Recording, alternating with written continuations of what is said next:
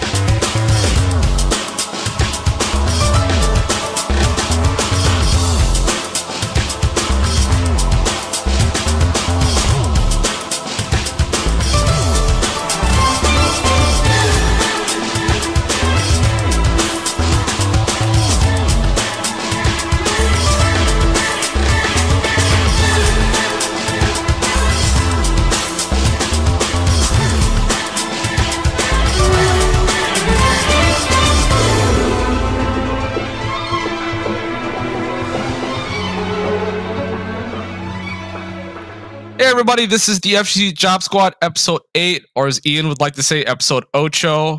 And I'm with my co-host Ian, aka Pickle, and we have a very special guest today. We have Jackie Tran. Thank you so much for coming on, bro. We really appreciate it. How's it going, guys, and everybody? I'm glad to be here. And anything involving Tekken, I'm more than happy to be involved with. So let's do this. Awesome, man. And so Ian, what do you know about Jackie Tran? Just let's start off with that. I'll say it's the first time I heard about you, dude. I think Eris had like one of those Gosu replays, and he had you versus Kembo back in what was this Tag 1? That's the first time I heard about you, dude. Can you talk about that match? Okay, so that match that's Evo 2003, which was kind of like one of my first big tournaments. I ended up getting second place in Tekken 4 that year also, but the match that you're speaking of with Eris is, I think it's one of his favorite matches. I know specifically because I remember losing that match. But the match was, it was Tekken Tag 1. And I remember focusing a lot on Tekken 4 at that time, obviously, because my results were a little better. But I was still playing Tekken Tag a lot, won a lot. A lot of my peers were also. And I somehow squeaked in the top 8 in that tournament also.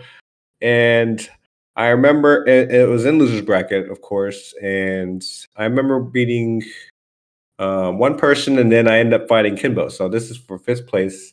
I'm fighting Kimbo from Japan, and he played the team of Lei Wulong and King. So yeah, man, this team is very, very frustrating to play against. If you could, especially Lei going first. I remember he was just spamming that haha step back when it was actually like a problem, right?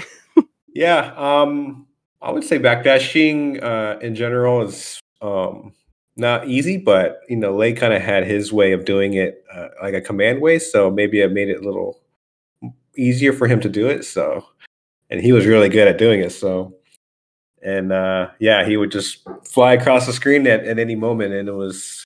I was playing my patented Ogre's team at the time, Ogre and True Ogre. So, just imagine every time I would try to get close to him, he just would not have any of it and get out of there. So how'd you get started? What was the first fighting game you ever played growing up? First fighting game, I would say, maybe Street Fighter 2. I remember getting Street Fighter 2 for Super Nintendo. That was like one of my first games I got for the system. So Street Fighter 2 and maybe like Mortal Kombat 2 at the time. So those were like my first fighting games. So it was actually not Tekken. So when was it till you started playing Tekken, I guess? I'd always played Tekken in the arcades, Tekken 2 and then Tekken 3. I really got into Tekken a little bit more when I moved to Atlanta, Georgia from California. I'm originally from NorCal, San Jose, and then we moved to Atlanta, Georgia. Being in Atlanta, Georgia, I bumped into this guy named Tim. You guys know as Tekken Tim. Yeah, right? I know. Everybody gets one. Everybody gets one. So you guys get the whole lore with all that. And, me and him are in the same grade. And, later on, we'll find out he has an older brother that's a couple years older than us named Eric Akins, aka JOP. So, me and Tim, we're going to school together, and he brings me home one day, and I meet his brother, and I learned all about Tekken at a higher level than I thought. Besides maybe playing in arcades, and yeah, that's kind of like how I got into playing Tekken that way. Was I was fortunate enough to live within walking distance of them, like 5 minutes. So I was always able to walk over to their house and play it or stay over all the time. So that's awesome. That's crazy. Yeah, very fortunate, You mentioned JOP, right? That guy was one of I heard he was a top player for a while too, right? Yeah, JOP stands for Johnny on the Pot. That was Tim's older brother. And yeah, I heard you guys were talking about Tekken Zaibatsu in the forums a little bit. So like his first post on there was like True Ogre's the best or something like that. And then, he got a lot of flack and what's the word for it? Like responses from that, like especially from the West Coast, like the ogres aren't very good. You guys bring that out here and we'll see what happens. So, and sure enough, he went out there and I feel like it was electric cancels before Evo. This was Tom Hilfiger's tournaments. He was throwing the tournaments for Tekken Tag 1 and Tekken 4. And oh wow, I didn't know there's electric cancels that early. Holy crap! Yeah, so electric cancels that are out now. He was doing way back then, kind of like Bronson's been doing strong styles. Tom is like that was his tournament, electric cancel, and just at his house, right? At this point, he was doing them in like Koreatown, like LA Koreatown, like some of the arcades there, or the the little area there. So I do remember going there a few times for those. But yeah, that was kind of like how I got good at Tekken. It took me not too long to start beating Tim, but it took me about 2 years to beat his brother in a tournament. So that can give you kind of like a perspective of the difference of the strength of brothers there. Yeah, this is Tag 1, right? Yeah, this is like Tag 1, Tekken 4. That's crazy. So what was Tag 1 like? What did you like about Tag 1 at that time? I never really played it, but what were your favorite? I feel like I kind of came into Tekken Tag 1 late, even though I still got to play it a lot, because there was already a lot of good established players at the time, and established meta, and like good players from different areas. At the time, a lot of legends. So like, I'm coming into a scene that's like I need to like be doing a lot of things to be noticed compared to these guys. So, but yeah, that's kind of like how I got started, competitive wise. Sure. And then I guess Tekken 4, like how big was Tekken 4 at this time? What was the bigger game of the two? Well, Tekken Tag 1 was big enough to even have alongside Tekken 4. Like we were having Tekken 4 tournaments and they were still playing Tekken Tag 1. There was times when the first two Evos, we had 2 Tekkens at Evo. We had Tekken 4 and Tekken Tag 1. So that was pretty cool. Kind of like, some of these retro games they have out now, they were still having it, Like when they had Marvel Infinite, they were still having Marvel 3 because Marvel 3 was still good, Right. Yeah. Spiro mentioned something similar. Didn't he mention that when Tekken 4 came out, like a lot of people that were playing the previous Tekkens didn't like jump on board onto Tekken 4 because of how big of a difference the game was in comparison to the other ones? Yeah, that, and I feel like it was maybe the game was real buggy, so it was kind of rushed compared to the other ones, so maybe they didn't have as much time to test the game. If you guys have all played Tekken 4, so the feel of the game, it's very could use a little more testing, and the environment is very different compared to the rest of the Tekkens. Yeah, I've seen a lot more of it. I didn't actually play that game. I think that's like one of the ones that I skipped as a kid, but I've seen a lot of it. It looks wild. You'll find out it's definitely more 3D compared to the rest of the Tekkens. The rest are more traditional. Yeah, I think NYK, we talked about it with them, and just the stages alone were so funny. Just seeing how you can like go up staircases and stuff and break pillars and stuff, right? You can bunch of weird shit like that. Yeah, to kind of balance it out, eventually Evo only allowed Arena to kind of give it like I guess more of a balance because some of the stages weren't balanced, or you could do some crazy stuff, that wouldn't be cool in a tournament. So they're just like, all right, let's just get rid of all the stages. So Arena was just like a flat stage? I'm sorry? Arena was just like a flat stage, like a simple stage. No, arena stage is just like the arena stage that's in Tekken 7 now. So Oh, okay. almost Okay, identical. like octagonal kind of Yeah, thing. it's just that's literally the exact state. Gotcha. Param was numbers for the stage, so or size of the stage. I think it's almost identical. So.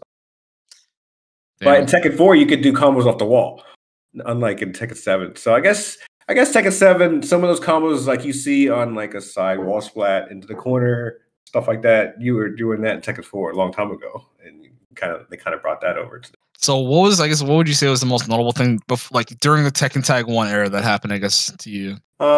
Yeah, besides the match you guys were talking about earlier with Eris, yeah, that was like my highest placing at really any big tournament was that tournament, which was 5th at Evo for Tekken Tag 1.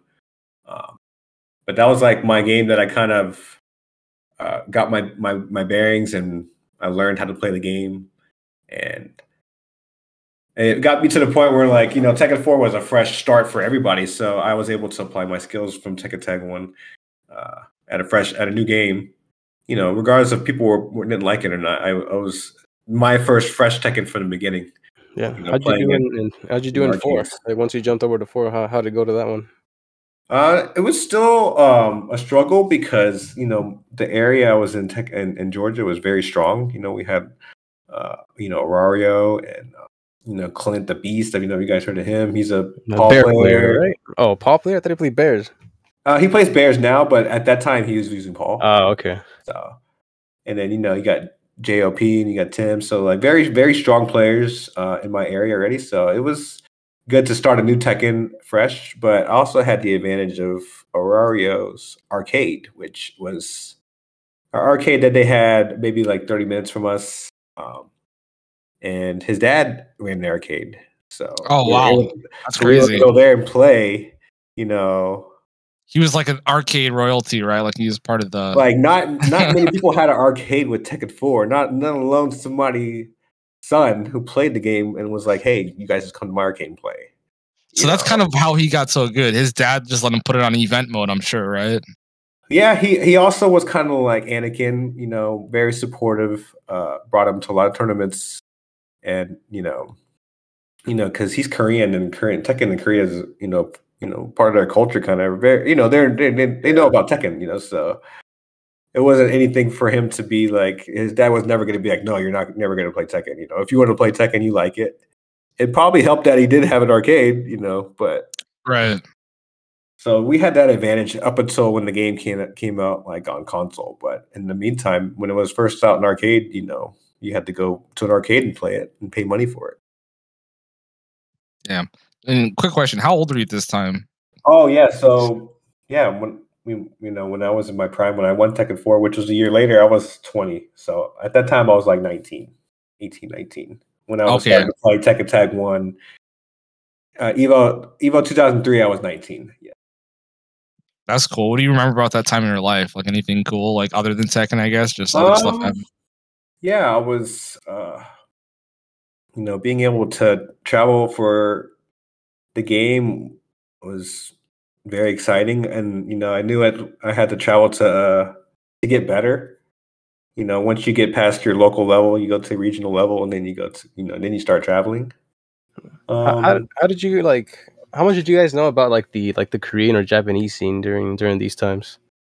Oh man, well, internet back then was kind of like dial-up 56K, JPEG format stuff. So like our first clips from Tekken 4 were kind of like, the Paul demo just frame came to us like on a 4-second JPEG, which was just him. Oh really? A clip of him doing the move, and all you can hear was the buttons, and so you can hear the timing, So us in America, we were like, all right, we will rock you, like as a way to like get the timing down.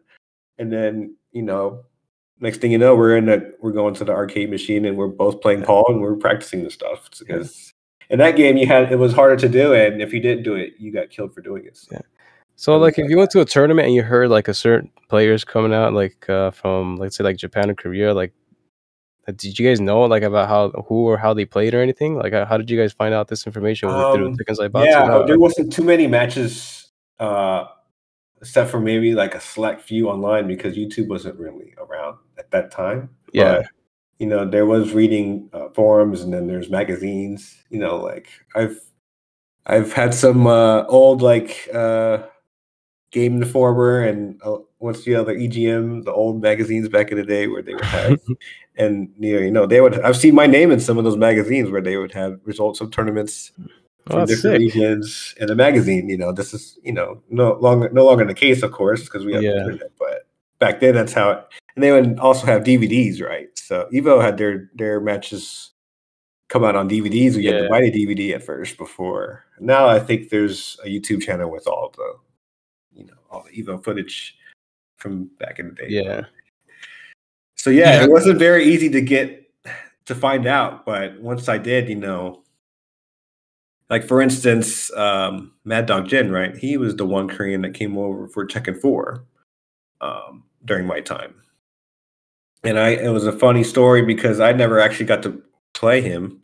He lost to 2 other players. Who were his characters? Well, at that time we were all using Jin. I would say, Hoodie Jin. I was using Jin. Jin Kid, who was in the Evo finals with me both years for that game, he also used Jin. And then Mad Dog Jin, he used Jin also. He was a Horong player. He still uses Horong now and he streams, but at that time it was Jin, and because he was just stronger than Horong in the game. But the year I won, I would say I probably wouldn't have won. I got lucky because he lost to 2 other American players, Dom, which was a Xiao Ling player, and then Jin Kid, who, of course, I ended up fighting in the finals. So I didn't have to fight him, and I ended up winning. So that was like, I had to fight him. I got to fight him before the tournament, and it was just back and forth, very close. And he had this arcade stick with like 20 buttons on it, and he was only using 4 of the buttons, but he was hitting other buttons at all different times. So it was really crazy. It was like dead buttons. Yeah, 20 dead buttons.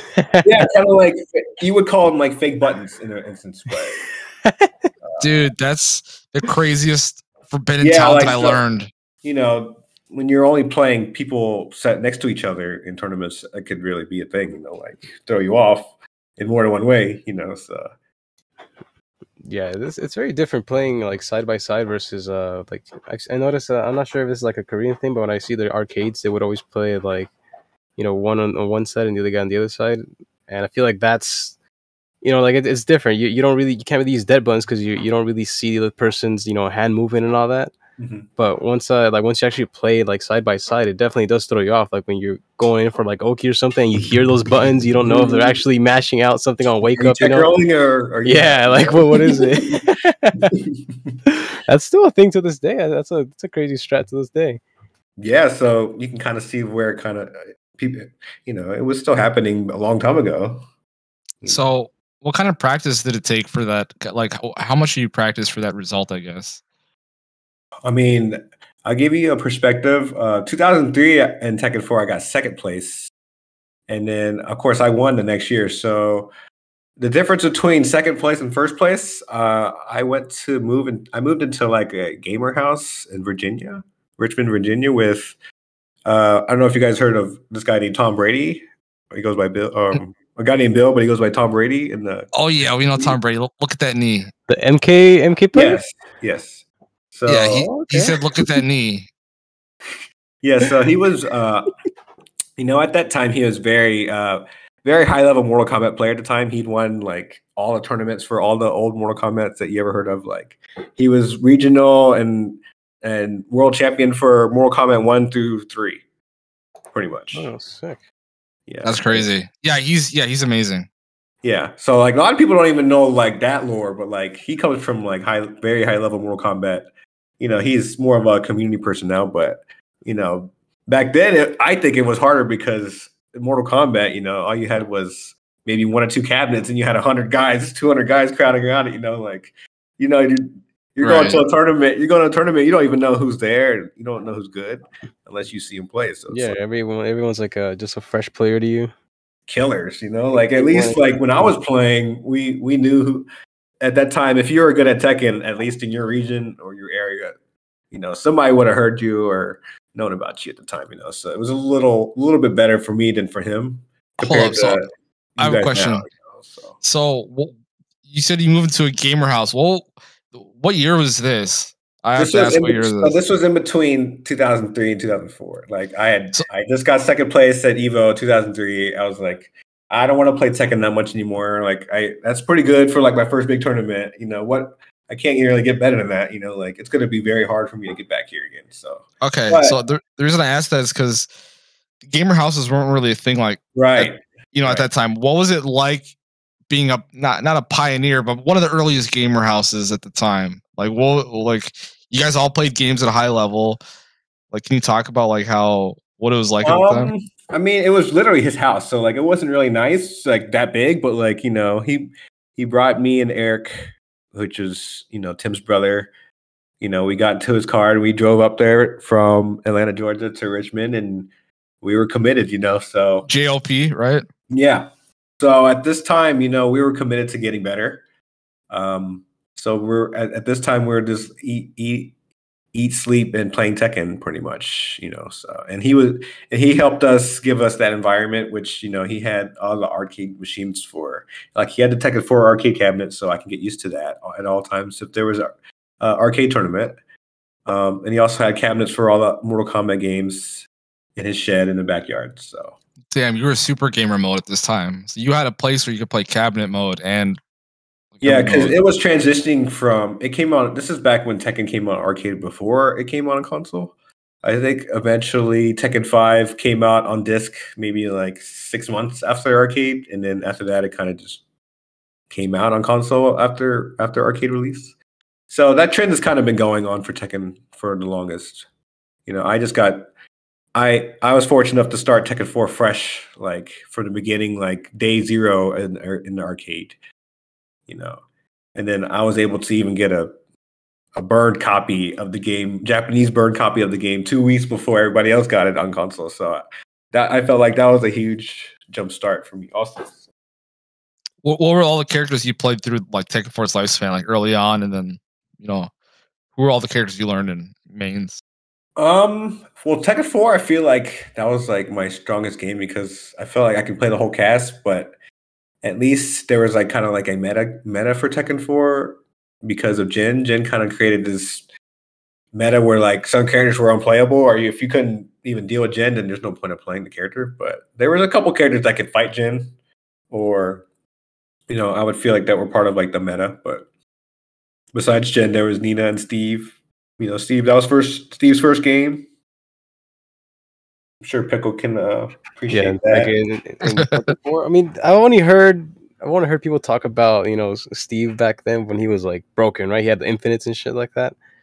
Like I don't think if Steve was like that during like let's say Tekken 7, I don't think I'd play a character that's that busted, like that overpowered. I like picking characters that are kind of like sidelined or whatever. But I've only heard like the horror stories of how cheap he was back then, but I've never known exactly why. I mean, overall, I felt like when I first heard of Steve's fight design that he was going to be like strong, and there was only a small window, like 1 year where Steve was like OP enough where they needed to ban him, but they didn't ban him. They just banned the infinite, where you can only do like one loop of it. So instead of doing 100%, you just would kick him in the side and do like 80% instead. So somebody would someone would actually be able to stop you in the middle of a match if you pull that off, or how exactly were they? No, they just at Evo. So at Evo 2006, which was the second year of Tekken 5.0, they just banned the infinite, so that that you're only allowed to do one loop of the infinite. Right. Okay. So pretty much, it was kind of like everybody was just known of that. There weren't too many good Steve players back then, anyway. It wasn't like Tekken 4 where like there was a bunch of people playing Jin like me trying to like win, but like there's only a few people that could do it because Jin wasn't really actually that good. It was just we were that good with them, But Crow, I would say, was the Steve player because he was like the number one guy, right? Like he won multiple times. Crow in H-Town from Houston, he was the Steve player who won both years for Tekken 5 Evo with Steve Fox. So, and he won the second year when they banned the infinite. So it wasn't the infinite that he it's not like he needed it. Yeah, and no one has actually done that, right? And nobody has actually been able to like do what he did, like win back-to-back Evos, like even to this day. I don't think. Yeah, for Tekken is very hard, let alone America. That was kind of like the last between me and him. Like we were American Tekken. We had Core win Tekken 6. Yeah, but we come close a couple times. I think Bronson got second in Tekken Tag 1 or Tekken Tag 2. But yeah, it's been hard. Player, right? It's been hard for us, US, for America and Tekken. I guess what was going on? I guess at the house. Yeah, actually, like left the gaming house right before Evo, and I'm at home in Georgia, and I'm with my roommate Jared, who like also plays Tekken. Because he was just one of the guys at the arcade who played with us all the time, and he got good by playing me every night. He would come home from work and play me matches, and then throw his controller at the wall from losing to me all night and go to bed. type every night. That sounds like the formula to getting better at this game. They're just having a good training partner. Everyone's always So he was fortunate enough to have me, like I was fortunate enough to have Eric. He knew Eric also. But I got to a point where, like, after the 2 years it took me to beat Eric in Tekken 4, I was kind of like the man in Tekken 4, and he wasn't. He was more like Tekken Tag 1. Part of it is because my character, I was just the best person with Jin at the time, so it was really hard for me to beat me at the time. I just had a better grasp of the game towards the end, at that time. So I actually wasn't gonna go. Like I remember I came Evo 2004 came around, and I didn't have any money to go. And it was like the week of, and my roommate was like, "Are you gonna go?" I'm like, "I don't know, man. Like, I just got second year before. Like, I'm kind of chilling. I went through this whole gaming house thing. Like, man, like, what am I gonna do?" So he ended up spotting me the money to go. So he spotted me like the $300 for the plane ticket. He's like, "I'm going with you." So we both go. And where was Evo during this time? I bet. Like where was Evo? This was the last year that was in California. Okay. They did it at Pomona University, actually, in Southern California. Oh, so this was 2004. Vegas. Evo moves to Vegas that following year, and they do it in Vegas every year after that. So this is the final year that Vegas is not, or Evo is not in Vegas. And we go to Evo. Mm-hmm. We don't even have a room. We just go. Yeah, what's like the budget for? Because I've been to Evo like on such a low budget. Back then, flying tickets weren't as much. You know, and we were young. Like I said, I was 19, 20. They had like Air Tran, X-Fare, so you could fly one way. No, not too much. So, but it was. I remember my plane ticket being about $300, something like that. Still back then, short notice. So we catch the red eye to California, and we get there. Right before the tournament starts, and the day of, you just arrive right there. Yeah, we just arrive in, have a hotel room, and I remember after winning the tournament, staying with, I don't know, you guys know who Locke is, right? Yeah. He was going by Black Horong at the time before Locke. He was also originally from the East Coast, right? Yeah, he is from Virginia, so he was there. The homie from Virginia was there, looked out for me, gave us a place to sleep on his floor after I won, and then we went home. But yeah, that was like my Evo 2004 tournament. What was it like your first time at Evo or Battle by the Bay? Or what was your first experience with that tournament series? Yeah, I don't know. It's hard for me to remember. I do remember 2004 a little bit more, but all I do remember is like that was like my first, big tournament outside of going to regionals, maybe. So like, yeah, like doing so well at that tournament kind of like, set the parameter for me. And, you were talking earlier about tournament nerves. So like, I kind of got over that at that time a little quicker than you would normally. But, I think fighting Eric, which was like, he was world talent every day, taking the L's from him every day kind of helped me get through at least getting good. And, eventually when you go to a tournament a lot, like I had to travel a lot of tournaments before Evo to get over tournament nerves. A lot of What local regionals tournaments. do you go to? What are the tournaments that you're going to before that Evo? There was also like the Tekken 4 Nationals. So, Tekken 4 had a national tournament for the game where they had regionals. Is it the one in Philadelphia or? Well, they had qualifiers in different cities, and the top 3 players from each one of those tournaments would qualify for nationals. So that was kind of like a regionals to nationals thing. And then, you guys heard of like Arario and Bronson Tran and, Andy 725, players like that. Chet Chetty, USMC Ogre, players like that. They all qualified for nationals. They were all top players for Tekken 4, Gen Kid. They were all good players at the time.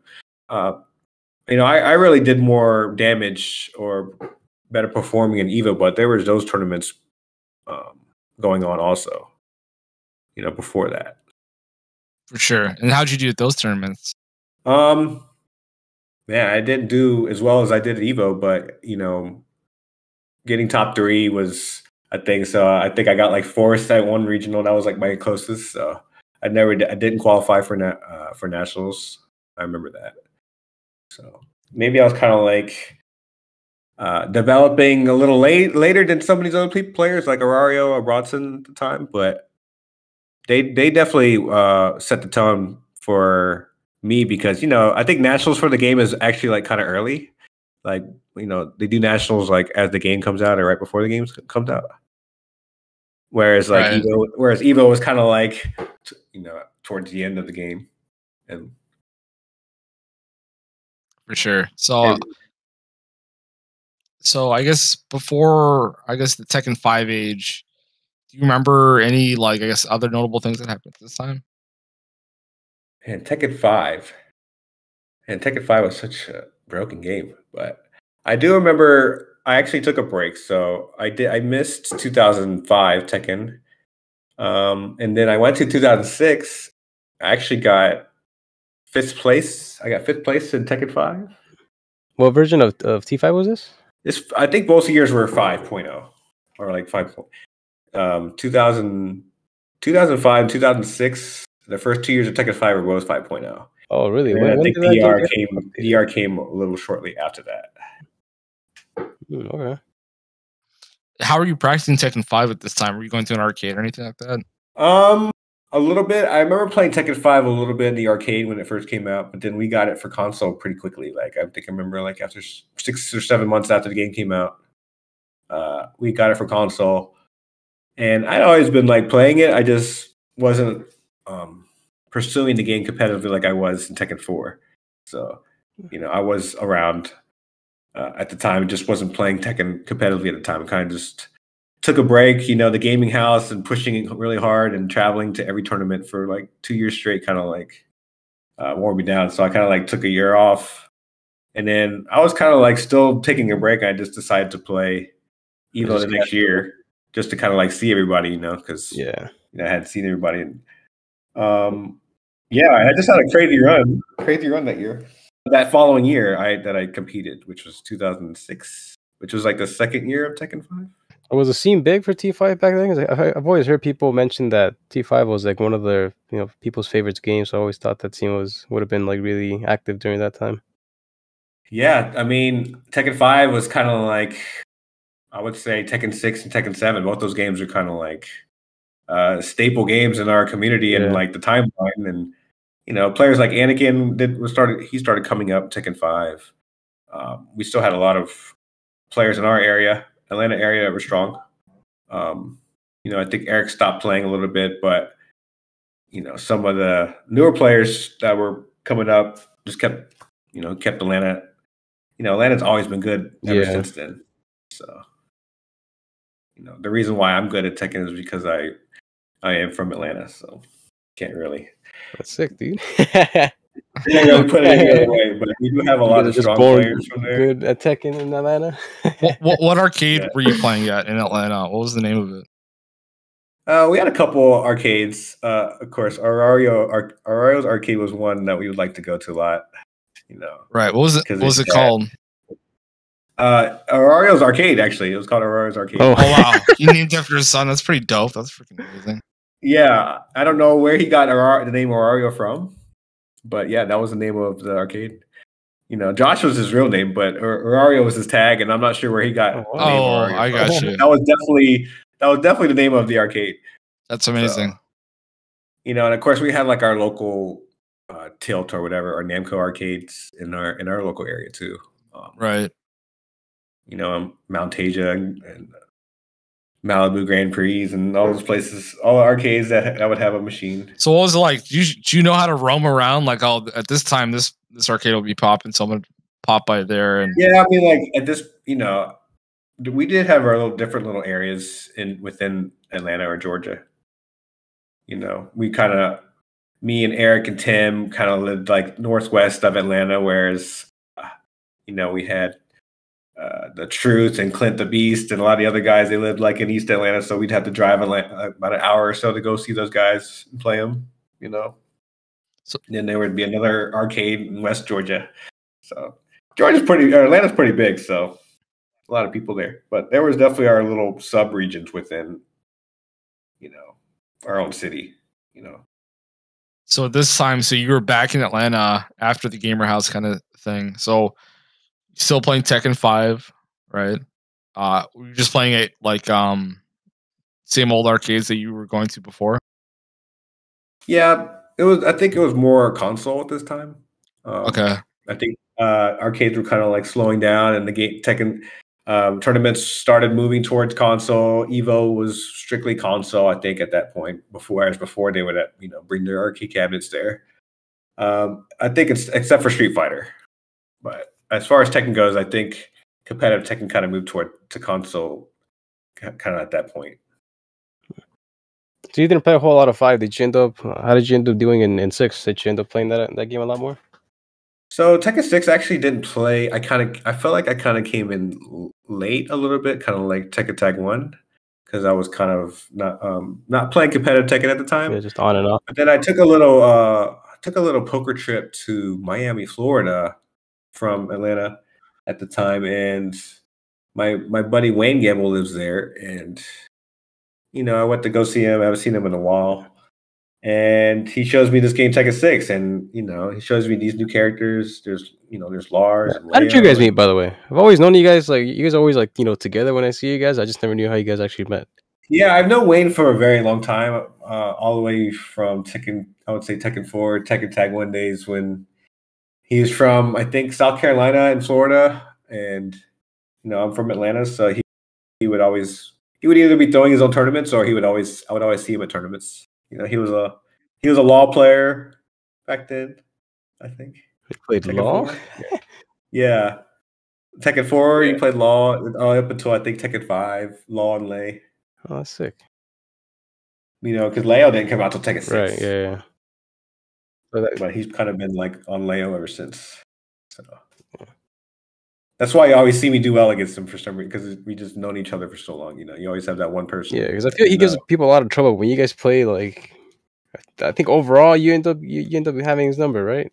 I don't really. Yeah, and the only reason it's like that is because I've known him for so long. Yeah, otherwise that makes sense. Though. It's not even. It has nothing to do with the game, really. It's just because I've only known you guys like the first time I actually saw you guys was at WNF. You guys used to always come out from Vegas. I always thought that was like. Yeah, we'll get to. I end up moving to Vegas eventually. Yeah, well, we'll get to it. But T6, I mean, did you end up like play much of T6 that when you got you into that game?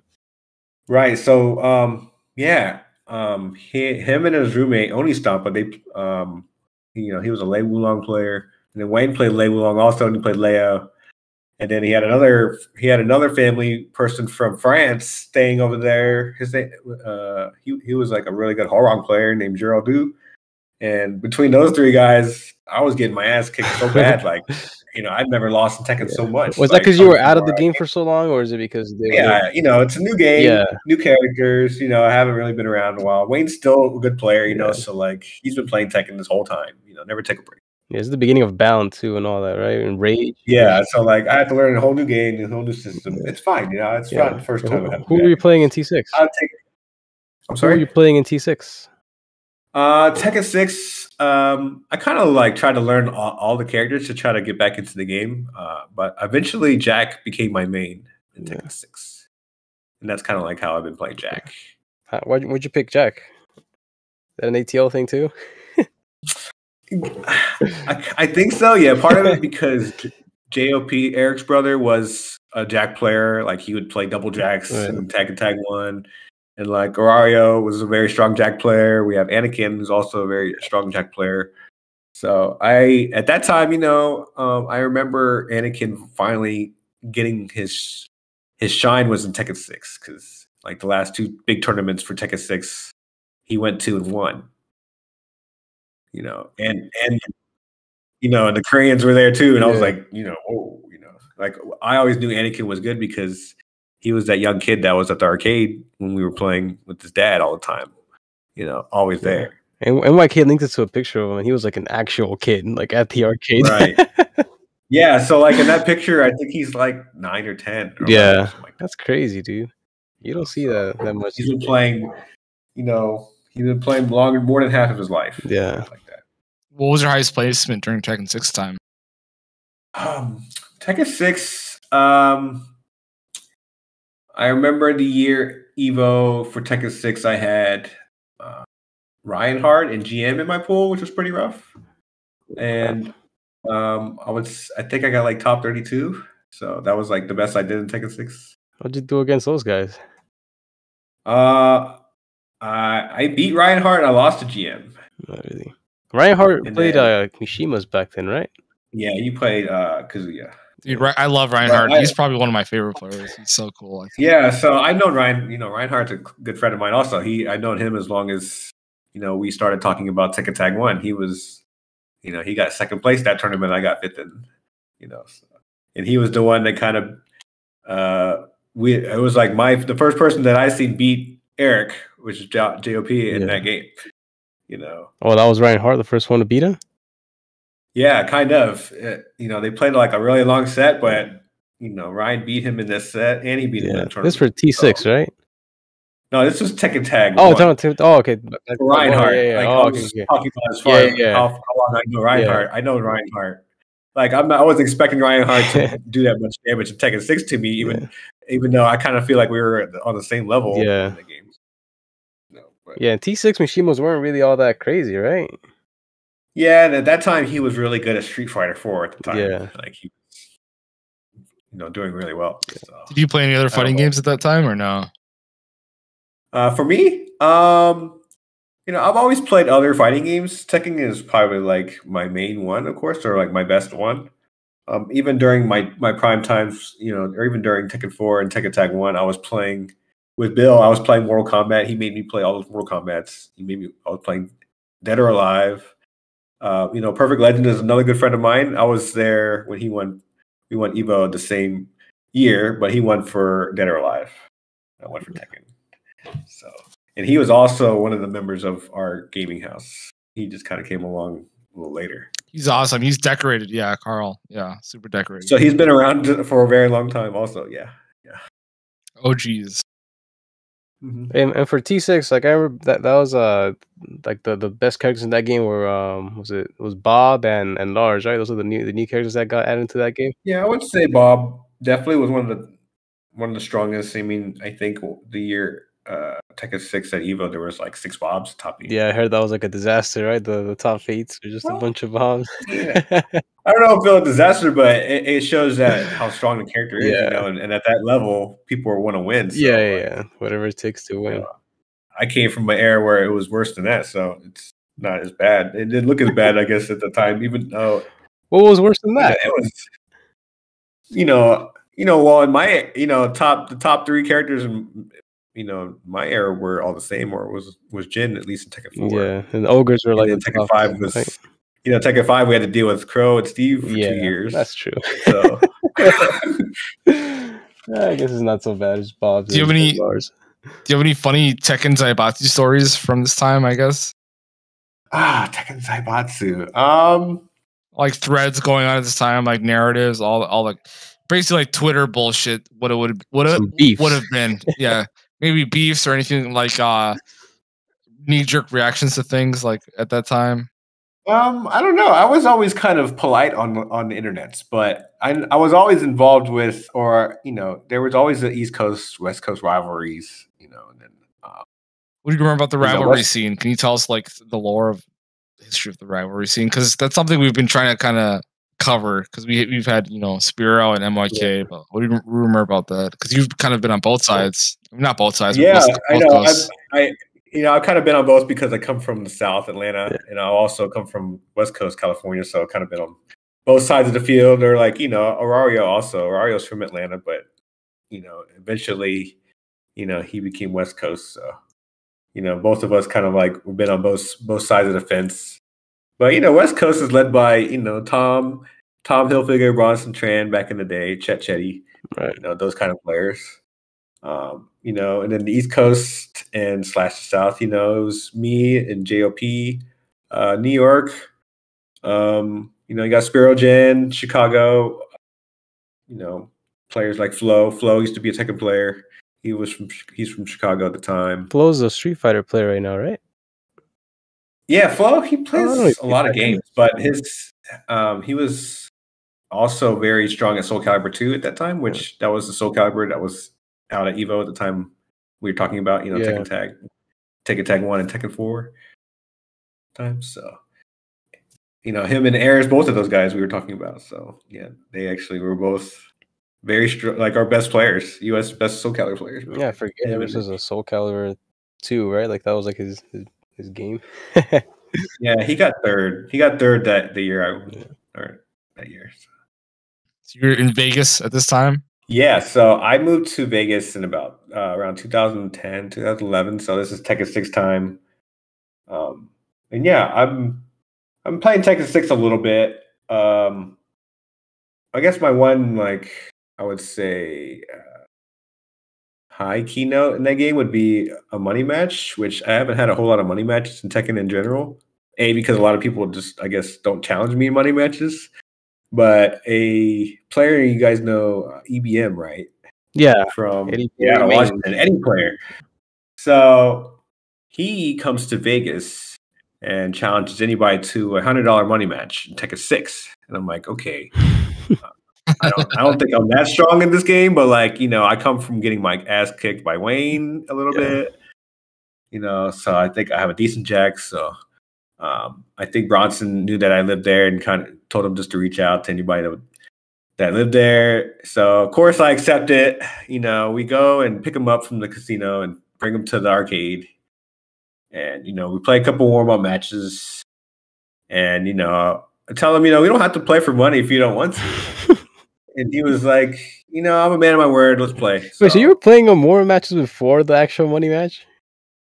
Yeah, I gave him a couple, I wasn't playing my mains or anything like that. Sandbagging. But I let him play a couple of warm-up matches with a couple people there, and I jumped in there a little bit before the money match just to make sure, you ready? You're being nice. And yeah, and I even told him we didn't have to play for money. We could just play. And he's like, "No, I'm a man of my word. Let's play." Wait, so did you sandbag at all? Did you sandbag at all? Like strategies, like, hey, I'm gonna get up attacker each time or anything like that?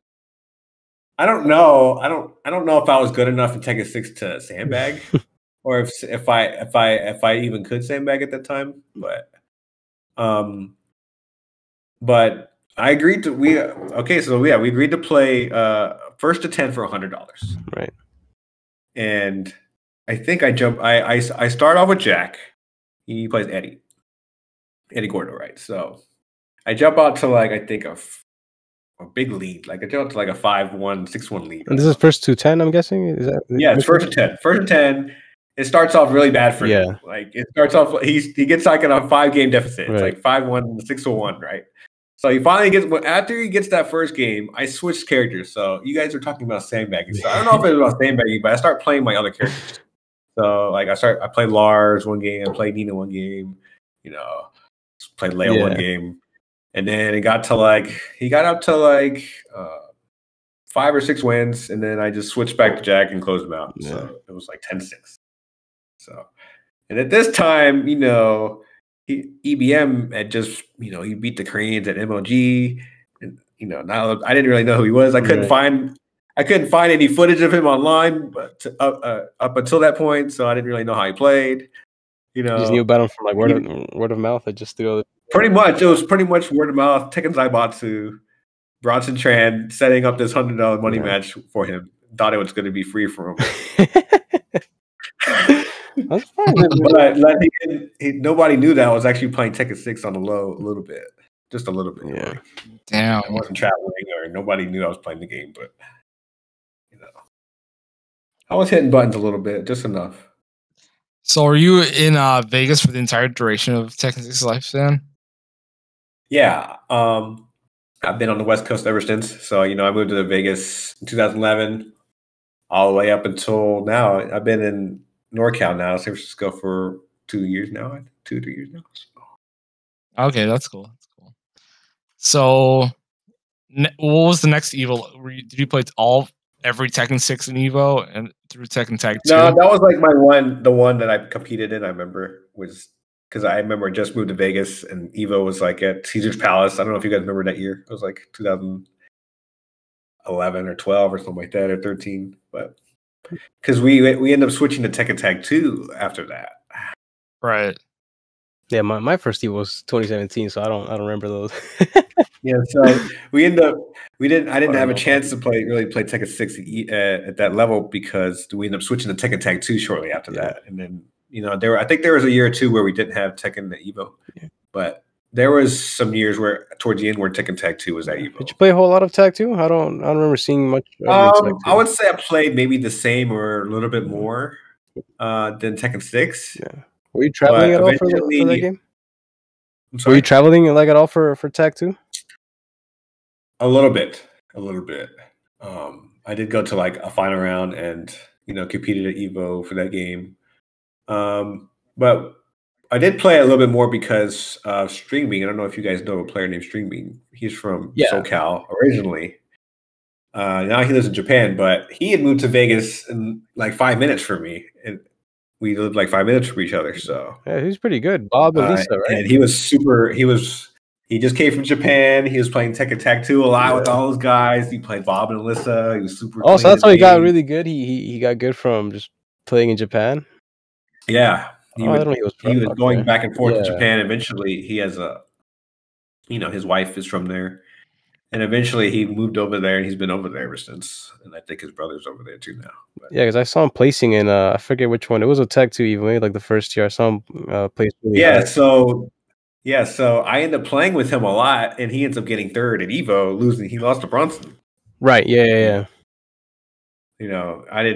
Maybe I should have played Jinpachi against him. I didn't really know how to play Jinpachi, but Bronson, hell of a run, or he was super good at the game. Yeah, and I heard like back then, I think like Japan didn't really think that like those characters are all that great, and like the Jinpachi and Ogre.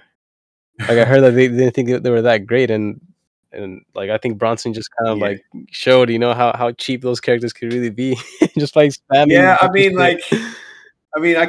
kind of familiar with that because when ogres were first around, like in Tekken Tag 1, there was like the same thing. Like ogres aren't very good. Like nobody plays with ogres. They're the boss characters. They're not. They're big and you do crazy combos on them. They're not very good. Very simple, right? Like they don't have many move lists. Like Jinpachi doesn't have like that a huge move list. Neither does Ogre either. But like the little things that they had was just enough. Yeah, I mean, you put a character like that in Bronson's hands, you could go a long way. I always heard Bronson just like picking, like he would pick the cheapest shit like in every game, right? Like that was like his thing. He just picks the cheapest character. He doesn't shy away from stuff that is very good. So he doesn't play bottom tier very often. Let's put it that way. Yeah. So at this time, like you were kind of going around the country, and I'm sure you had like reasons for it. But like, how'd your family feel about you being like a Tekken player or whatever like that? Did it ever interfere with like family stuff or anything like that? No, my parents weren't really like against me going to tournaments. They were kind of always supportive, but they couldn't really see anything of it at first until like maybe after I won Evo. Like once I won Evo, they were kind of like, "Whoa, you're pretty good." Yeah. What was the reaction? What was the reaction? You came home, like what happened? I mean, I didn't win a whole lot of money at the time, and right, like, it's the old days. The only people that knew about it were us, like fighting game players, or like people on internet or read magazines. So like, not a lot of people knew about it. So, she knew that her son was a competitor and had won stuff before. So, like, was there a reaction when you came home? Like, was there like, oh, hey, I won? Was there anything like memorable about that? Telling them? I don't know. I don't know. It may sound surprising, but like her reaction wasn't really like that different from like any other tournaments that I maybe had won before that. But at the same time, she knew what it was, so what it meant to me, and I think later on down the road, like once I started doing things that were more publicly known for Tekken, like E-League, for instance, like being on TV, you kind of understood more about like I think awesome. I think to her means more than me winning Evo. Yeah.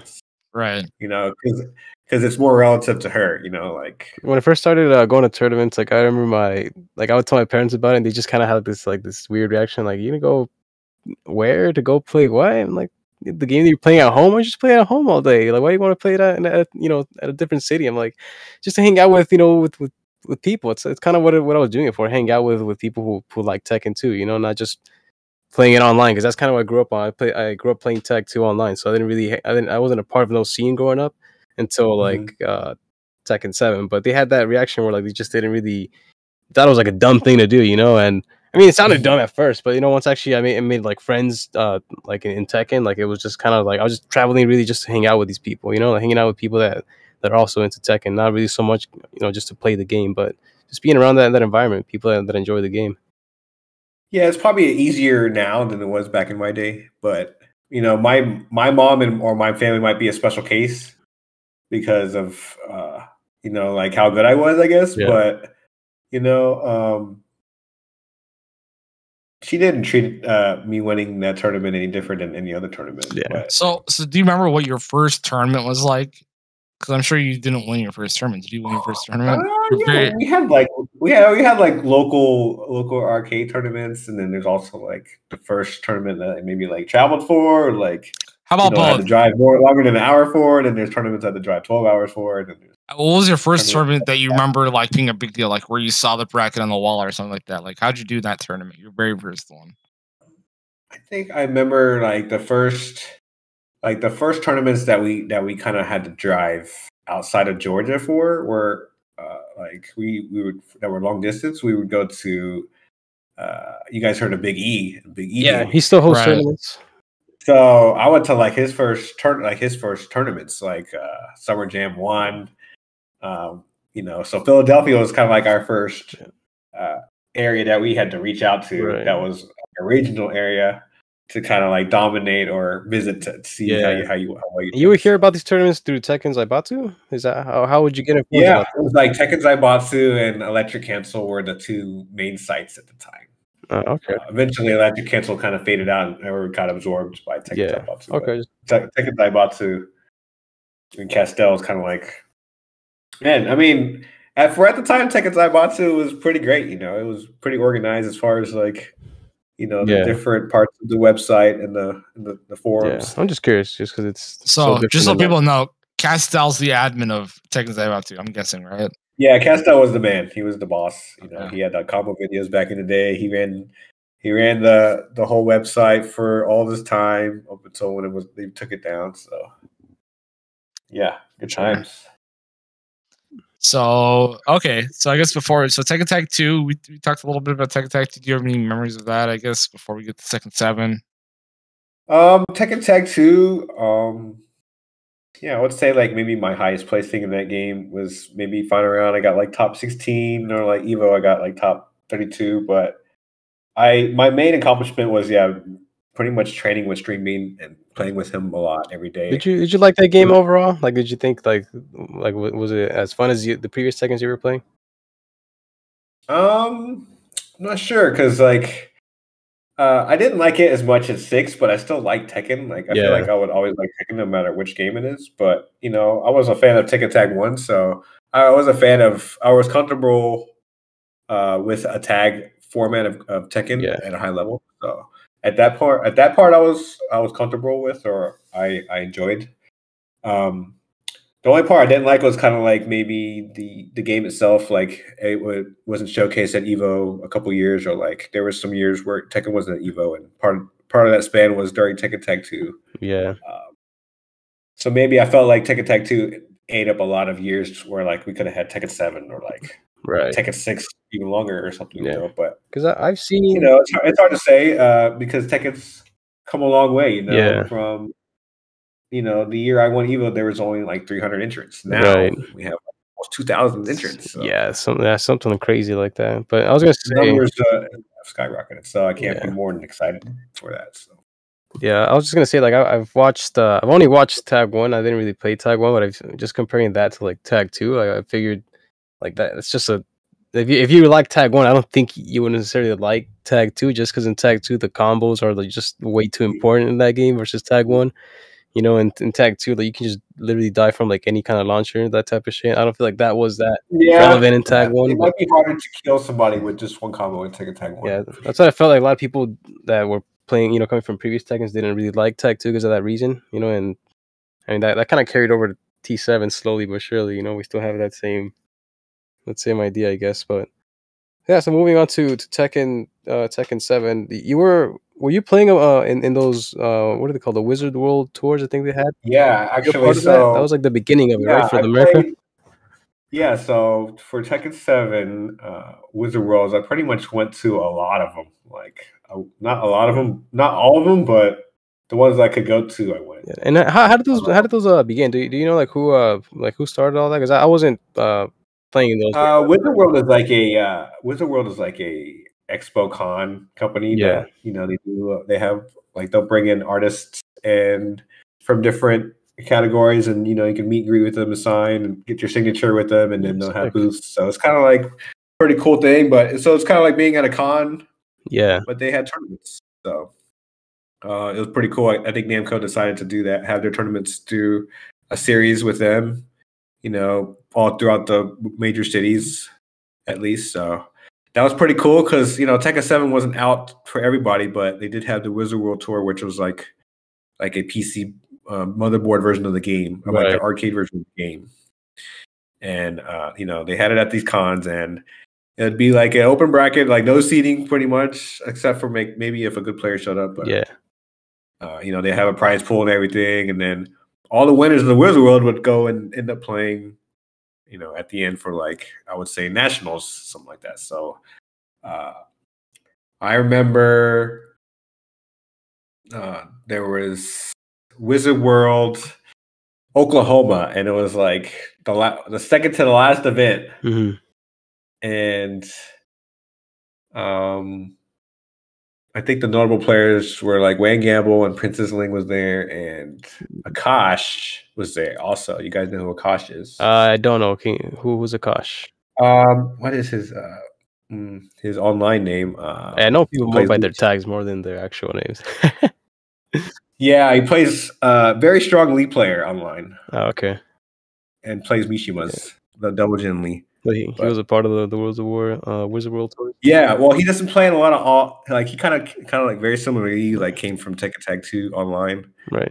But he ends up going to this event, and he ends up making it to the grand finals. Beats Peeling, and I beat Peeling. Peeling is third. Okay. And I ended up winning that Wizard World, and I ended up qualifying for the Nationals like the second to the last one. There's one left. So it's a crazy way to learn this game. Like you're only learning during these events, right? Like you're learning on the spot. Yeah, pretty much. Like you'll get to play the game like a little bit, before the tournament or whatever. But pretty much, yeah. I mean, what we're playing, and then we're taking that information home and like kind of like dealing with it until the next one. Yeah, because all I remember was Peeling was like killing everybody in those tournaments, and I felt like that way of learning the game catered to him so much more than anybody else because of his character. Like Ling, it was so messed up. Xiaoyu was kind of strong, and she was kind of strong in that version of the game also, because it was hard for not every character could punish her AOP sweep. So. Yeah, a bunch of she was just such a nightmare of a character, but I just felt like that, like just playing like that, like you only get to play Peeling in these events, like that's the only matchup experience you're gonna get in T7. Like that's too rough, Mm-hmm. Yeah, so it felt good. It felt good winning that one, qualifying over him there at that one. So if people aren't aware, listening, they're talking about Tekken 7 in arcade before it came out. I guess home version, right? It's like 2015-ish, right around that timeline. 16. Yeah, I would say 2015-ish, 2016, and then I think we got the game on console a little bit after Yeah, that. like in 17 is when we got the game on console. Was there no arcades nearby that had T7 in it? I know Round One's had it. I remember playing Tekken 7 at Round One, and SoCal, I think, had it. Okay. Once or twice, but other than that, if you didn't have an arcade in your area that could afford it, on top of that, Right. Tekken 7 machine is not cheap. So yeah, pretty much. These tours are like our way of playing the game and practicing the game. Besides, watching the Japanese and the Korean play it. Who are you playing in that version again? I've been playing Jack the whole time. Whole time. Okay, for sure. Yeah. So T7, I guess, officially releases. I feel like you had like a lot of super amazing results for T7's lifespan. You talk about like how you felt when T7 officially released, went for consoles and everyone else. What it was like. Yeah. So T7 starts. I'm living in Vegas, so I have like this fresh community to kind of like start this new game with. I'm kind of like the best player there by default, moving there. Yeah. There wasn't a whole lot of good players in Vegas. I think Wayne Gamble eventually moved to Vegas down the line, like after the game came out. So eventually I had somebody that I could play with. And then, putting in the travel, like Pickle was talking about, we would have to drive to SoCal. Yeah. Wednesday afternoons to make it in time to play Wednesday fights, and then sometimes drive back the same night so we can make it to work or whatever the next day. But you guys are crazy. Yeah, definitely that's putting my hours in for Tekken 7. Yeah, dude, I would complain about my ride up from San Diego, and then like I wouldn't go sometimes, and I would see you guys there. I'm like, oh man, I'm such a bitch for not going. Like, like you guys are driving mad far every single. You were going back to back weeks sometimes, and I was like, dude, I can't believe you guys are doing this every single time. And you're still able to play. You're able to play well too. Like it's. I'm old, but you see the era I come from. I'm old school. Like I got good by traveling. Yeah. And I had to go play. Offline is good, but if you can, maybe now if you can do it without that, yeah, power to you. But I like to see it. Yeah, no, and then whenever you guys would show up, like somebody would always mention it, like, oh, Vegas is coming out, so it made more people want to, show up. Because everyone wanted to, play against you guys. So every time you guys showed up, like I feel like more people would end up coming out to these tournaments, including myself. Yeah, give you guys a little outside. Yeah, you guys added some spice, dude. Play for, Yeah, I only got to play it one time, and you messed me up with Jack, dude. You ran through me, and I don't think I ever played you in tournament again. Thank God, but I remember played it one time, and you just like ran through me. Yeah, I think that's Mike's fault, NYK's fault, because I fought him a lot in that matchup. So yeah, you just like rushed me down. I had like no time to like even think of anything, and I was like, "Oh, game's over, GG." But yeah, dude, your Jack is something crazy, man.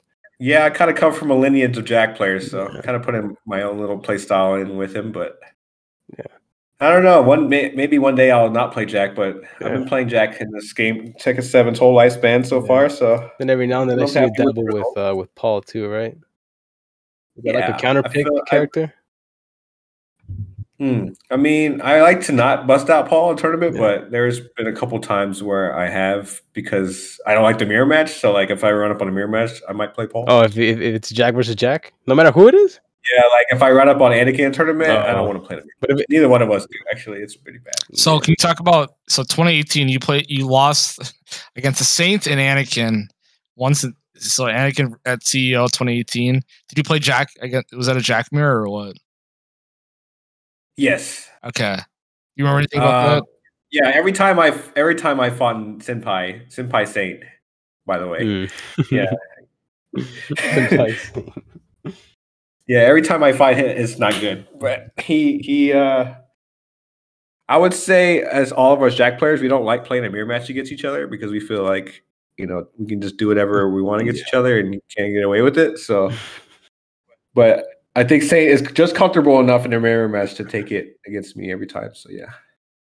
For sure. And then I saw the, what's it called? The Anakin CEO 2018. Yeah, I've had to fight him a couple times. I think more recent than that, I had to fight him again at DreamHack, which was 2019, I think. It was like the last big offline event we had before COVID, which was in What were like your favorite tournaments for T7, or like the ones you like the most? I had a lot. I was fortunate enough to do like a lot of events for Tekken 7, like E-League we talked about earlier. Yeah. It was one of my favorites because I want to get to that one too. E-League was pretty fun. Yeah, I want to talk about E-League as well. Yeah, so E-League, TBS. What was it like? So hold up. How did you get the invite for how they initially communicate to you? Yeah. Talk about the initial stuff about that. I don't know. I think it was a combination of being on Anakin's homie list and like being like in the top whatever type of players that were on their mind at the time. Yeah. Right. I do remember being very active and doing very well in tournaments at the time. So part of that you're a nice guy. You're like a probably polite guy and very, easy to get along with. I'm sure that has to do with it. Well, you have to behave for reasons like this. You never know, something like this could never come. And this is strictly like an invitational, right? Everyone just got invited. You don't qualify for E-League or anything like that. Right? Yeah, none of this. There was no qualification for this. The players that were picked were based off of whatever list they had, but I was one of them. So happened, and it was me and Wayne actually both. So we got to come out from Vegas together. Oh, sick! That was pretty cool. They flew us out and took care of us. Had a limo pick us up. In the Where was it being held at? I don't know anything about E-League. So E-League was like a mansion, dude. That shit was like a mansion, right? No, E-League was based in Atlanta at TBS Studios. So TBS Studios, they do like like the NBA show and Turner Sports, Cartoon Network. Right? Yeah, they do all the TBS shows. So Turner Studios is where we were at for that. Oh man, they have like their own for it. So then E-League, they do other games too, I believe, but I think they've done Injustice and Street Fighter and like Counter-Strike and other games like that.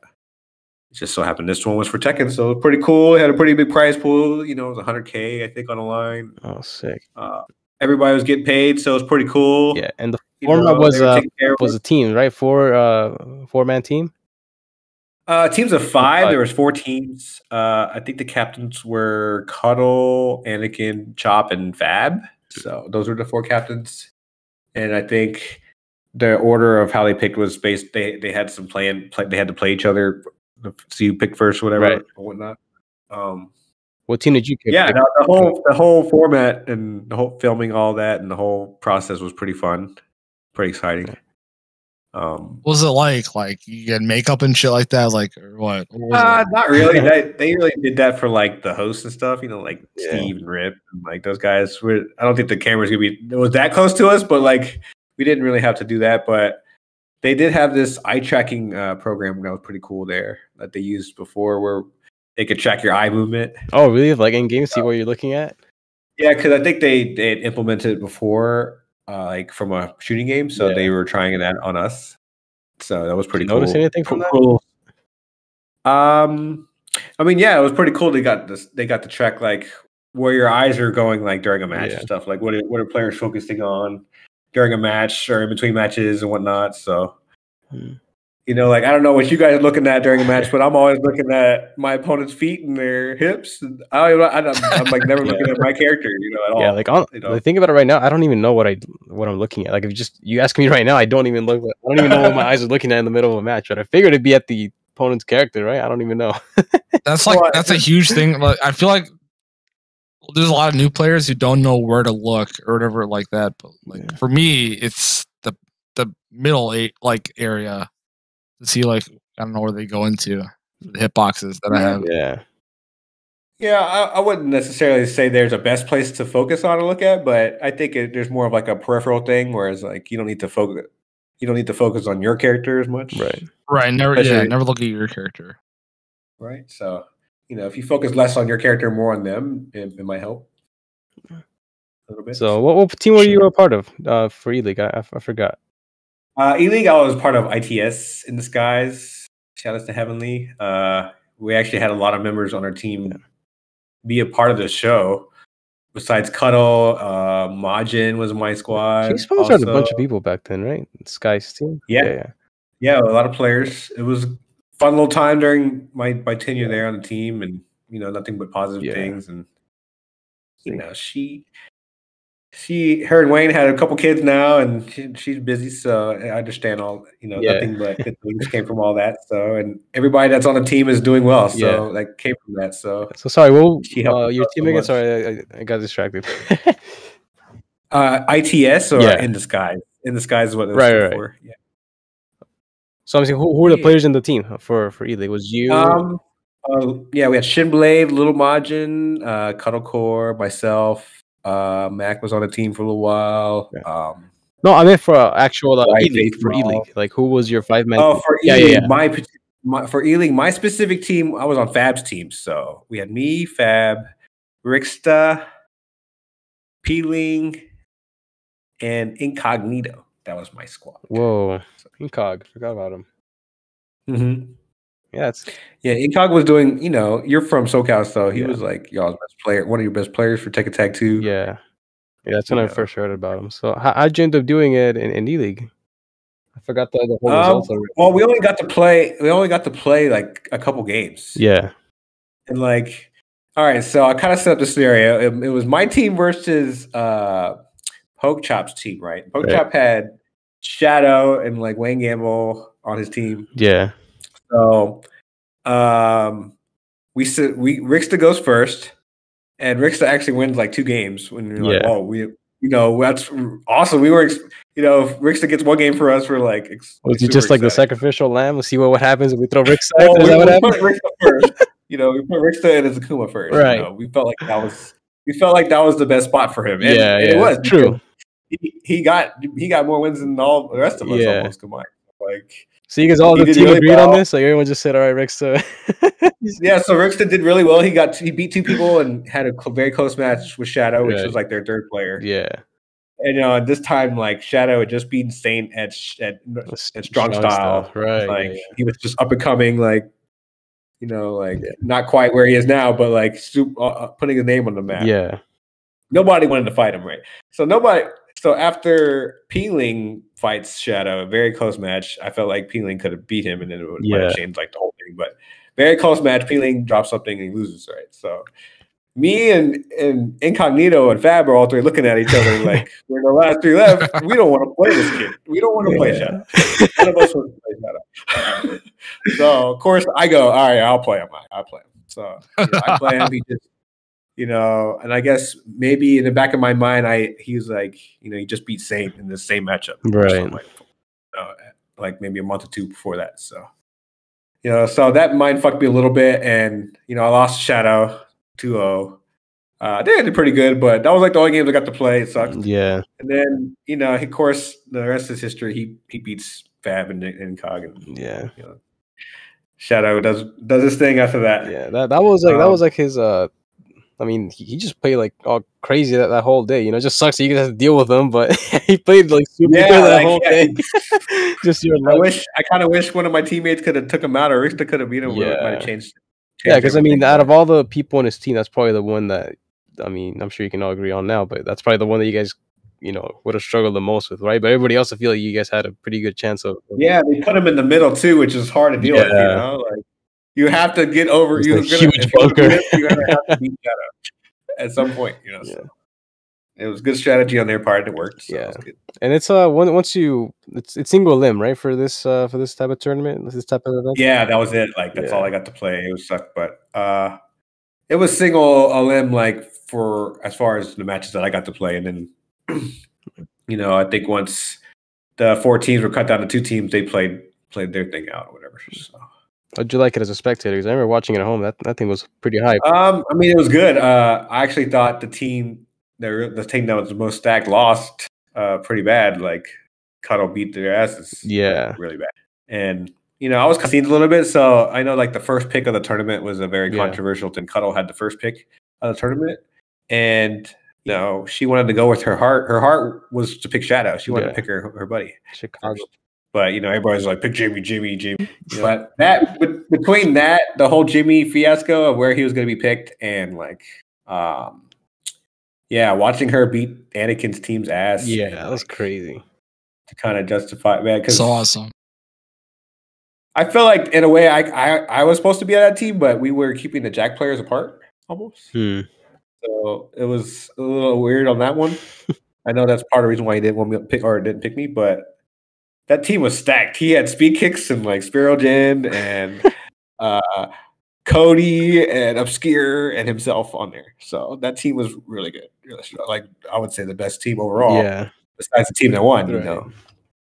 Yeah, but it didn't count, dude. Jimmy's a machine, man. That guy's a one-man army. It was close. It was close. Yeah. Actually, another cool thing about the show was, I guess, Majin beat him the first time, but there was like a revive, right? Yeah, so, that was a little gimmick of that tournament, right?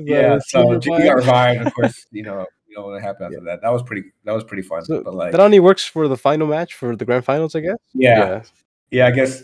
Well, I think Majin got saved, and then Jimmy got saved, or something like that. That's how. Yeah, but I mean, they both got saved, so that way it was kind of fair. But Majin beat Jimmy like originally, like first, right? So technically, like if that revive rules in there, Majin made Jimmy get saved first, so right? That was kind of like the breaking point there. I mean, they're almost, if they didn't have that rule, they might have won. Right. Yeah, that was a crazy tournament, dude. I mean that. And how come it didn't come back? Do you know anything about that? Like why did it never return? Is that just like a one and done type of thing? As far as E-League goes, like the people behind the scenes and the production, they love Tekken and they had nothing but good things to say about it. I'm not saying that it's out the window. Right. Maybe when COVID is not a thing, but as far as I know, they're still around. Yeah. Okay. So. And did you get anything for just being a participant? Like, did you get like any kind of like merch or anything? Yeah, everybody got paid, so it was like $100,000 prize pool. So everybody got at least like a couple grand. Yeah. So, that's nice. I didn't know that. That's pretty sick. Yeah, everybody, and then that's not including them like flying us out and housing us in a hotel and feeding us every day. It's like a vacation too. It's pretty awesome. Yeah, it was super nice. Like outside of the event, the actual tournament, because it didn't really feel like a tournament because I only played like 2 games. Right. But, as a whole, the whole thing was great. Yeah, I mean, it was worth it. Results aside, like you were a part of something that's only been done like once, right? Like, For Tekken for sure. Like I know they've done Street Fighter a couple times and they did like Mortal Kombat or Justice. Yeah. But for Tekken, I feel like I know as far as numbers go, they broke a lot of records as far as views for that show because they were playing it like right after March Madness. I remember. Yeah. Right. To be on TBS, that's amazing. I watch NBA. I love TBS. That's amazing. Yeah, so like just to be on a channel that I watch a lot, or on top of that, that's pretty cool, dope, dude. And going back to my mom, you asked her how she felt, when I won, like that to her, was getting to see me on TV was almost bigger than me winning Evo because me winning Evo wasn't even on TV; it was on stream. Right. Yeah. Or it wasn't even really on stream back then because they weren't really streaming back then. You had to buy the DVD to watch it. So. Yeah. That's sick, man. So E-League was awesome. Yeah. So I guess of all this and stuff like that, like, were you still practicing the same way for these tournaments? Like for Tekken 7, were you on console at home just playing online all the time? No, I wasn't really an online warrior or online player.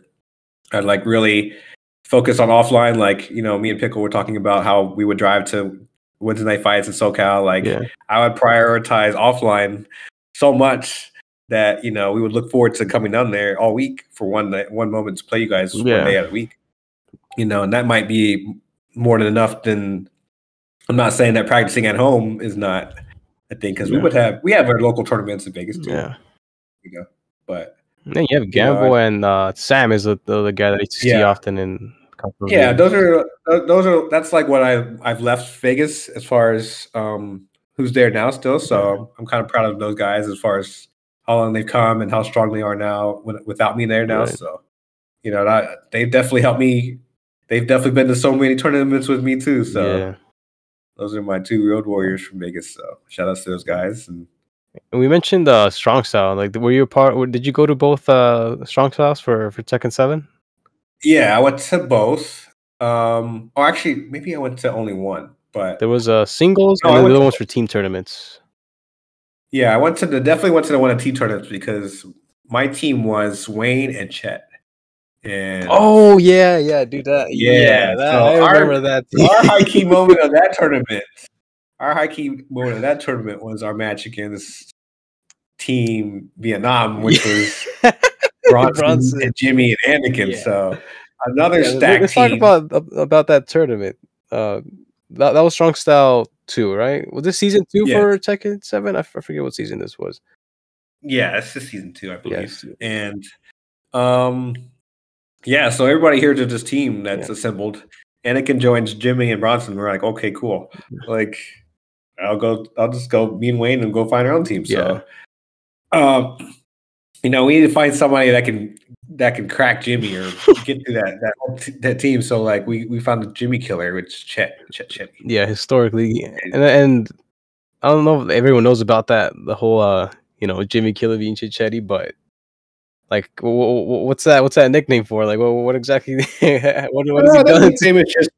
That nickname is just from Chet doing well against Jimmy in tournament. That's all. Yeah, you just have to go back in time to the scrolls. But generally speaking, Jimmy has done well, or Chet has done well against Jimmy. So you reached out to Chet just specifically for that, just to have that anti-Jimmy in your team. Yeah, like that, and Chet was also looking for. He didn't really have a on his team, or he actually wasn't. He actually was not planning on coming to Strong Style and not playing. Yeah, he barely traveled for Tekken 7, right? So I was surprised he made it out to Strong Style. Yeah, I had to force him to come. Oh, okay. So I was like, man, we need you on our team. Right. He was already having doubts about playing or coming. Yeah, he wasn't even locally. Like he wasn't going to as much as he could have been going there, right? So I'm glad that he came out of his shell, play and join our team, because we end up having to play these guys in the bracket. Yeah. How did it go through the whole tournament? Like, did you struggle against any other teams? Like, who was like the guy leading or starting off, anchoring, all that? Like, so our order was Wayne first, and then Chet second, and then I was gonna go last. So our first real match was against these guys. So it was Anakin and fucking Jimmy and Bronson, right? And to fight them early as hell for some reason. So Wayne goes first, and Wayne plays the best Tekken I've ever seen him play in his whole life. Yeah, and against Bronson, right? He beats he was one match away from double OCVing their whole team. He OCV'd their team once, and then he beat Anakin and Bronson again. And then he almost killed Jimmy, but lost. Yeah, and also let's mention this: Bron talking hellish shit about how much Gamble sucked, right? Like he was talking mad shit about Gamble too. Yeah, all this shit. And he's just putting the layout hand on all of them. Like they didn't know the matchup. I mean, I was pretty loud too. Yeah, time, but I mean, didn't need to. Wayne was just putting hands on him. He was running through everyone. I mean, when he went through Anakin, also I've never seen Wayne play seen Wayne play that well versus three different players like that caliber. Not alone one. Right. And Strong Style for this team tournament, it was I forget the format, but you had 2 lives per player. Am I right? Yeah. So maybe it was like a Waseda style. Japanese style, and you get to swap out if you lose a match or something, right? Like so everyone gets 2 lives. That's the thing I do remember. So so he ran through he's running through the whole team, and then he ends up losing to Jimmy, right? Yeah, he ends up losing to Jimmy.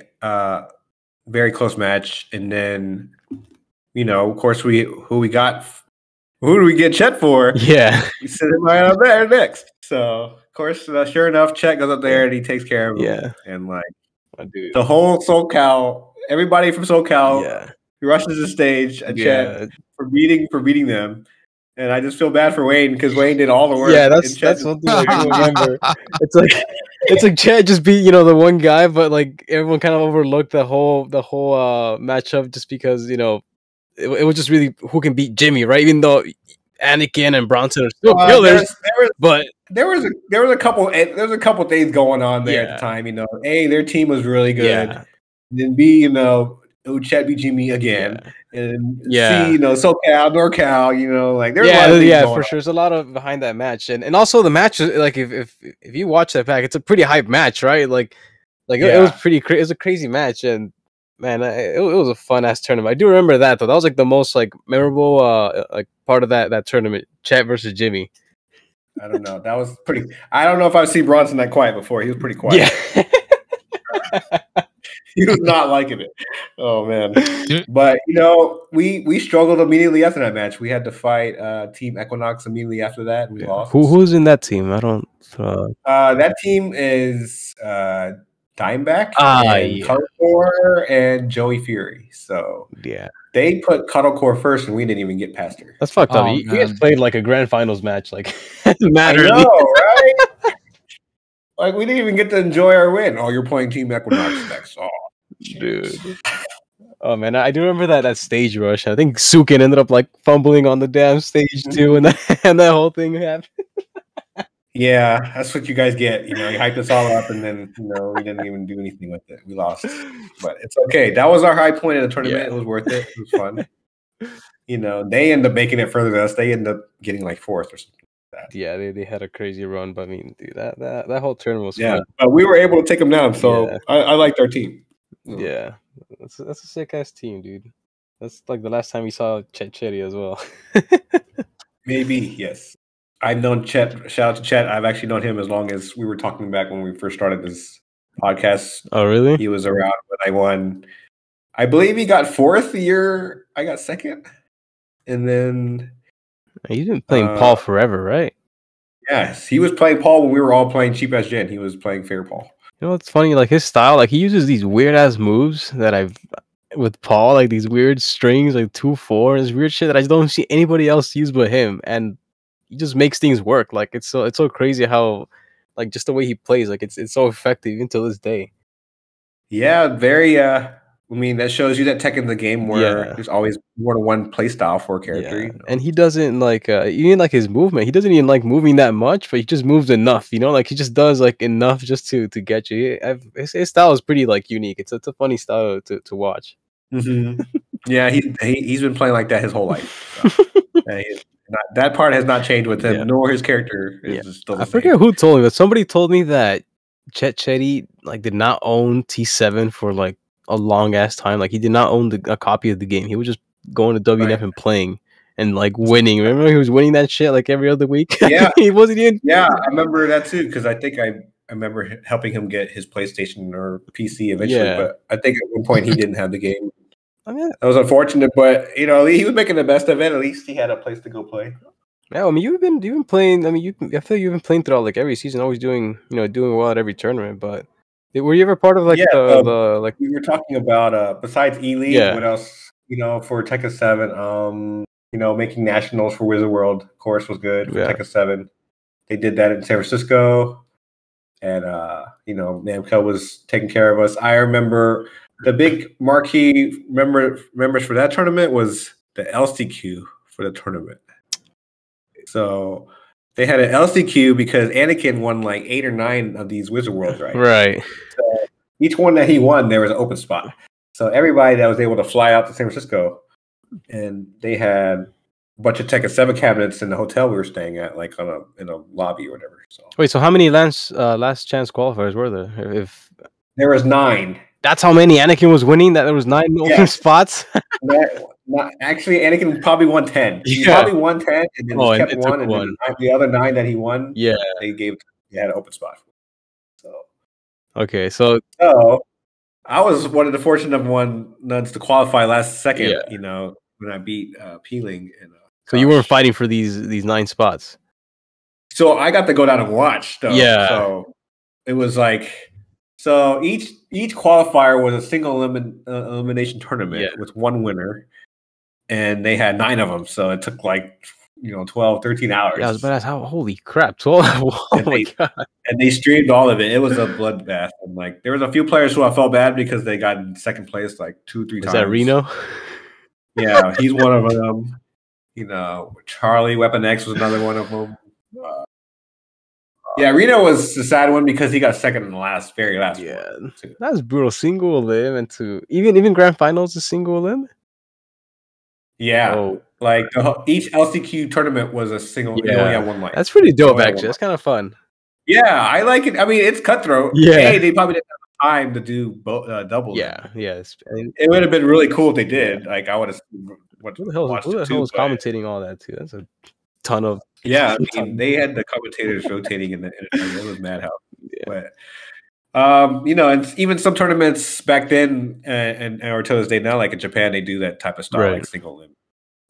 But we're fortunate enough to have, at least Tekken being 2 out of 3. Maybe one day Tekken will be 3 out of 5, like some of the other games, but maybe it takes too long. But. Yeah.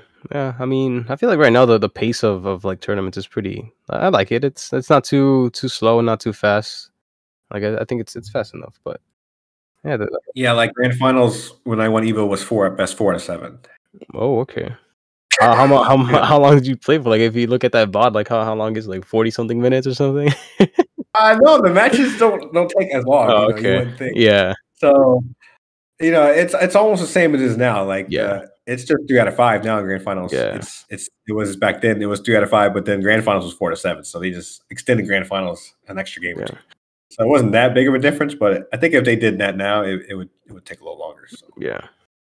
Okay. Especially with all these grand finals resets, we see a lot lately. Did you ever travel for any of the like the global events, like the finals for Tekken?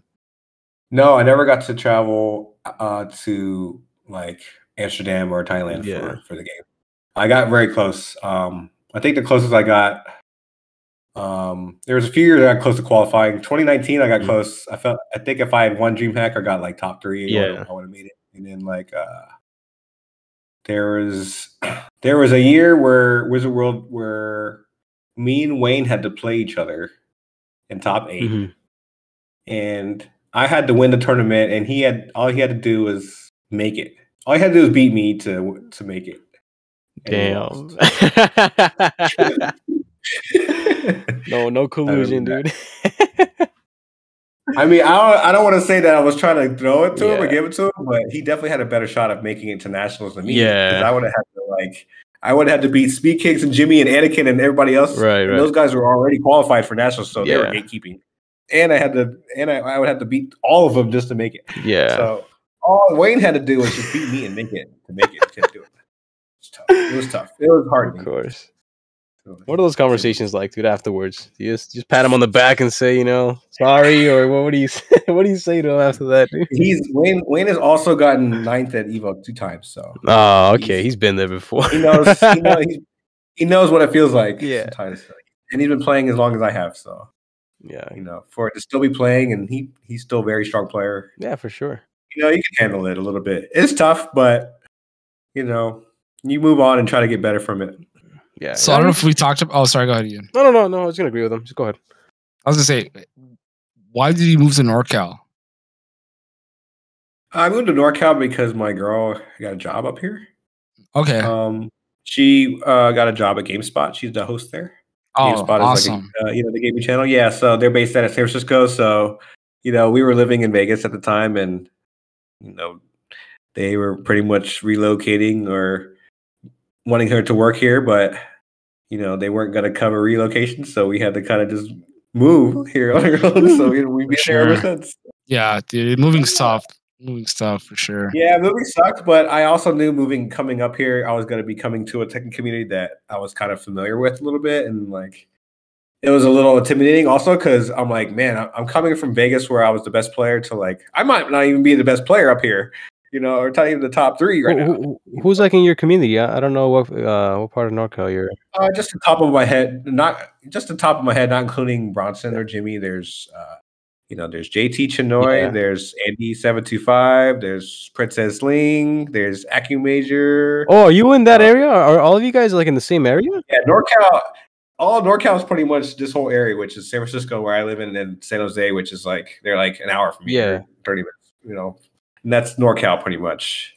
Oh, okay. Yeah. There's Sacramento a little bit too, but they're kind of included. In the whole NorCal. That's sick. I didn't know that the community was all like that close. I mean, every time I hear like NorCal, I don't really know exactly where that means. I mean, it could be like anywhere, right? But I didn't know you guys are all like in just like an hour, like radius from each other. That's pretty sick. Yeah, I mean, we're all we all still play a little bit at least. We probably haven't had a tournament up here except for Strong Style in a while. But they're still having locals every week here that they play. Have you been playing at any tournaments like offline or online? The funny thing you say that the last local I went to here was about a month ago. Yeah, I got 3rd. I lost to Princess Lane and AccuMajor. Yeah, I just lost to Aki Major, and Aki Major just won a tournament like yesterday or day before yesterday in Canada. Oh, he beat Benching. That was in Canada? Yeah. Holy crap! And isn't Benching Oh, is he also NorCal? I thought he was also NorCal. I might be wrong. Benching is from Korea, but he lives in Seattle, Washington. Oh, okay.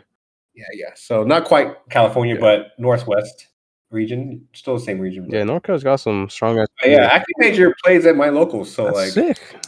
I just lost him and he won a tournament. Yeah, Dude, that guy has gotten so freaking good, like in the past couple years. He's gotten. Yeah, I've also seen him.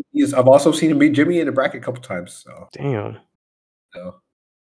Okay, that's pretty sick. I just haven't seen like much of you during like the whole like COVID thing, and so I wasn't sure if you're still like active or playing as much, but that's pretty sick. You at least have a scene out there. I try to stay offline a little, off of online as much as possible, but I'm still playing. I played offline a little bit as I said earlier. And you don't play any of those like ICF tournaments and all that stuff. You don't.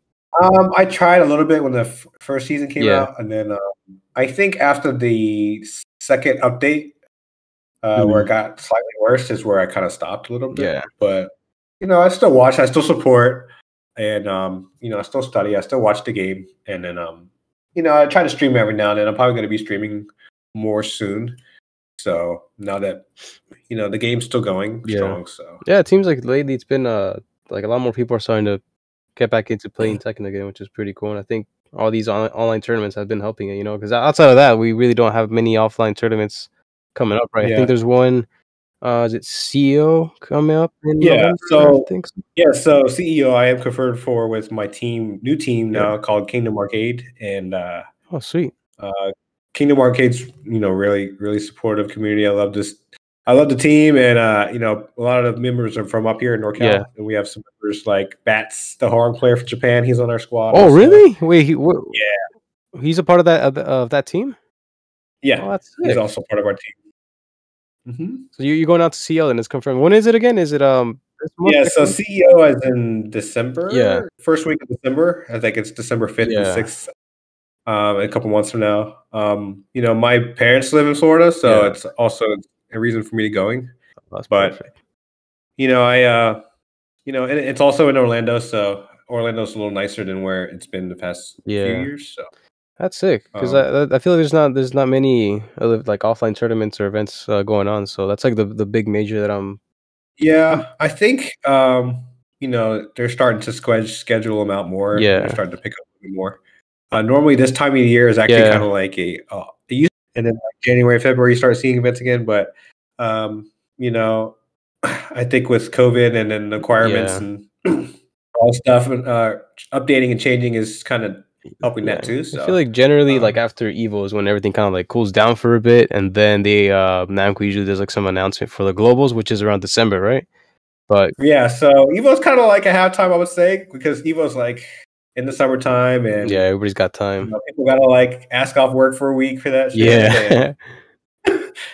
Same thing with Christmas, but the finals tend to be for most games sort of be like the end of the year. Yeah, so it's like the first like one of the first years we're not gonna have like any. I mean, we don't really know, right? When are we getting an announcement or something for what's they were supposed to have the Evo winners come to Vegas for the offline, but I think they postponed that or canceled it. I think it got canceled at the whole like travel issues. But as far as I know Evo offline for next year is confirmed. So like I think they're going to go for that. So and then I'm seeing events like Frosty Frostings and CEO and KIT, other events are like starting to open up and schedule. So like I think you plan on going to all the offline events that are coming up, like all those like the majors, I guess. Well, besides CEO, we'll see. My sponsor and what events, because before I was kind of basing my travel kind of like off the tour a little bit, right? Because I was trying to qualify without actually having to go. Yeah, we don't really know if we're gonna have a tour for next year yet, right? Like I don't think we will, but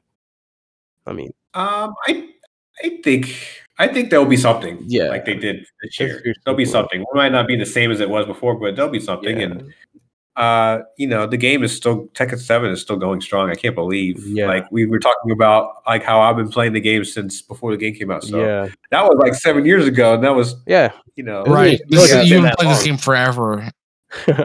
Like we're going on year 5 or 6 Yeah. of a console almost. So. Yeah. How do you feel about the game right now? Like, are you interested in like another season, or are you asking for another game? I mean, how do you feel about it? I like Tekken 7. I think it's one of the best Tekkens. Maybe if they just took out a thing or two, like maybe if they took out Rage Arts and just left Rage Drive, something like that, or like maybe if they're gonna give a couple characters a couple Rage Drive, they should give all the characters 2 Rage Drives or something like that. I've heard that I mentioned the whole. I mean, the game's. I don't know if we need any more DLC for it, but I think the character list is fine. I mean, if you can't find a character in this game with what they have right now, like I don't think you're gonna find anything at all. You know, like there's enough characters I think as it stands right now. But I've heard that I mentioned before. Oh, go ahead. I was gonna say, can I ask why you don't like Rage Arts? I feel like if you don't get hit by Rage Art, there's nothing to complain about. You know what I mean? I mean, it's funny because like my Rage Art with Jack is actually like pretty good. I like have a pretty high hit percentage with it because I use it like very sparingly, but like when I use it, it works. But like for the most part, I think a lot of the cast like they don't necessarily need it. Like and if you kind of get hit by it, it's kind of like, oops, I didn't know I had this much health left, or I didn't know this I was going to kill this person. So I think a combination with the Harada health buff helps Rage Arts even more because it means you're able to absorb more health, more damage. That extra 5 points. Rage Arts, so. For sure. Maybe I guess it shows up more with the 2D characters because like you have characters like Geese and Akuma that can kind of like why do they need one, right? Kill you with the Rage Art from like 0 to 100 real quick, Yeah. Whereas the other characters, if they hit you with a raw Rage Art or like they do a combo and a Rage Art, it scales, so it's not bad, Versus Akuma wall splats you for like half health and then Rage Arts you for the other half, I feel like the Tekken characters don't need the Rage Art. They would still be a Tekken character, They'd be okay, but like some of these other characters, they like Eliza or like, Akuma, Geese, they might. I wonder if they're going to take them out.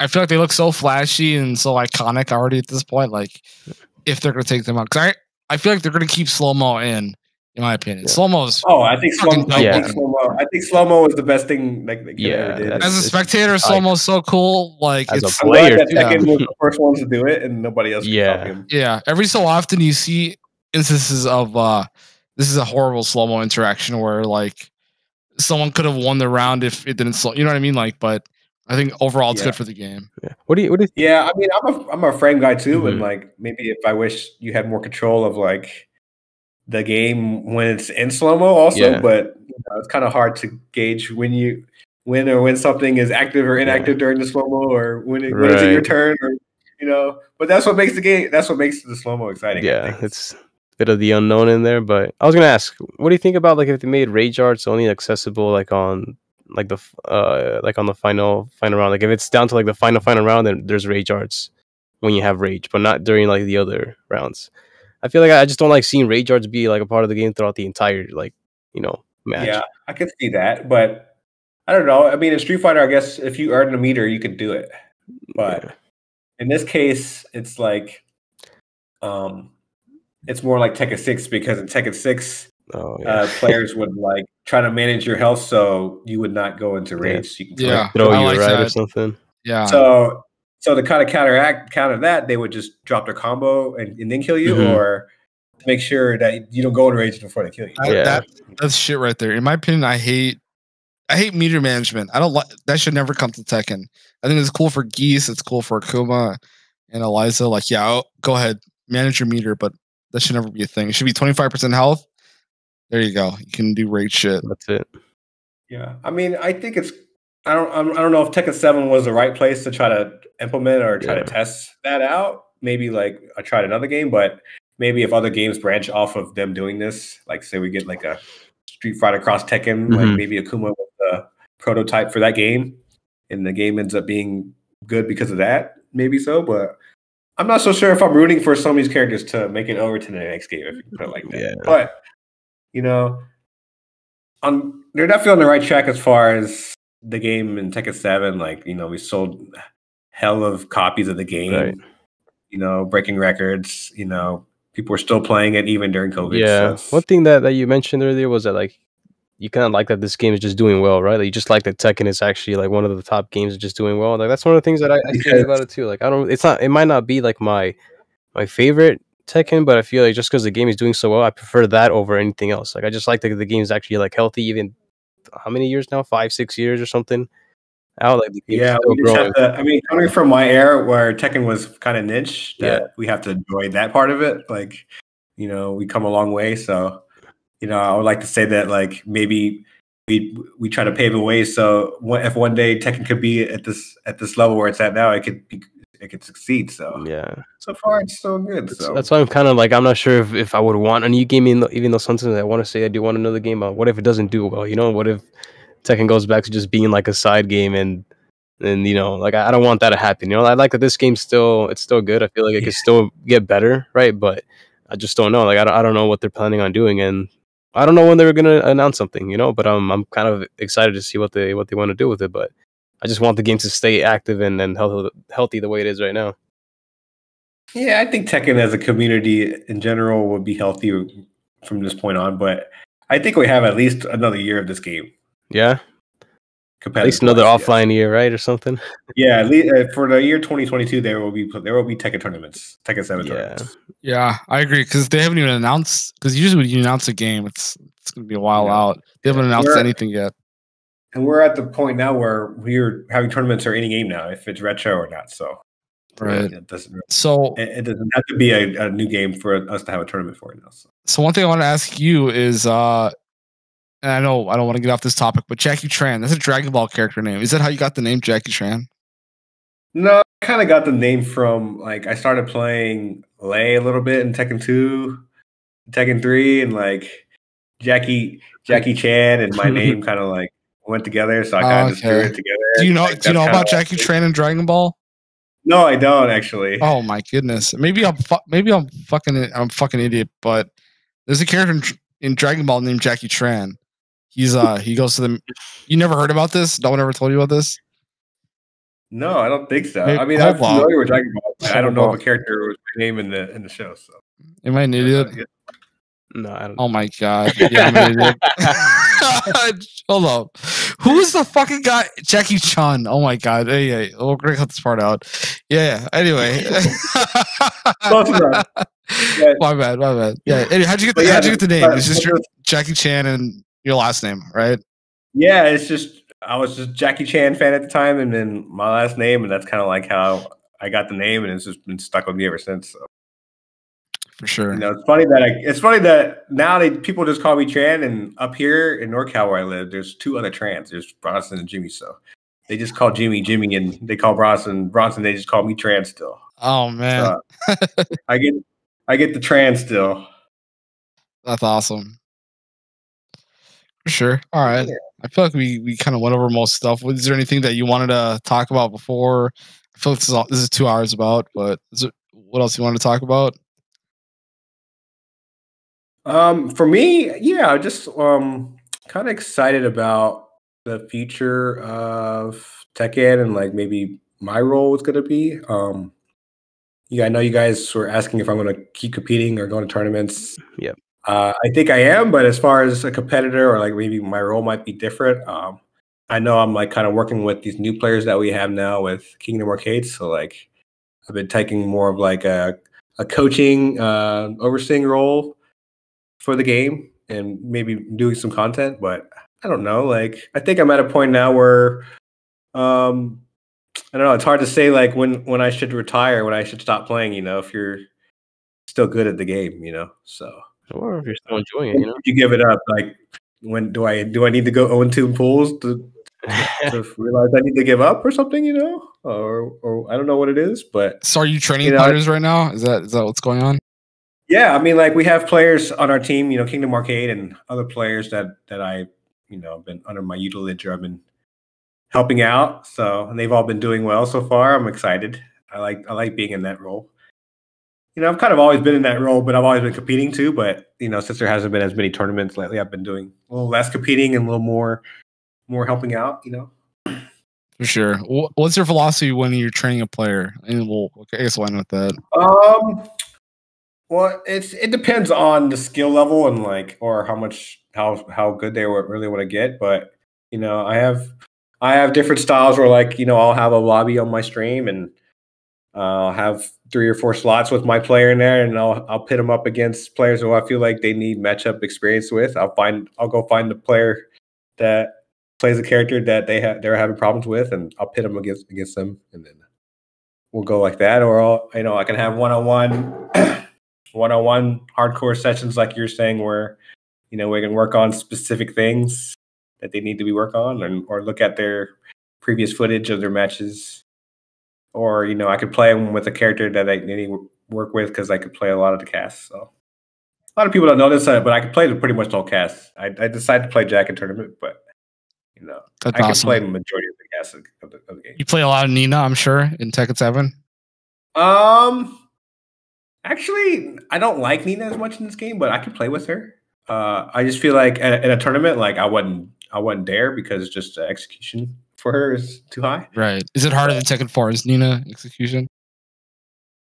Because I know you wait, hold up. You main Nina in Tekken 4, right? No, I main Jin. Wait, what game do you play Nina in?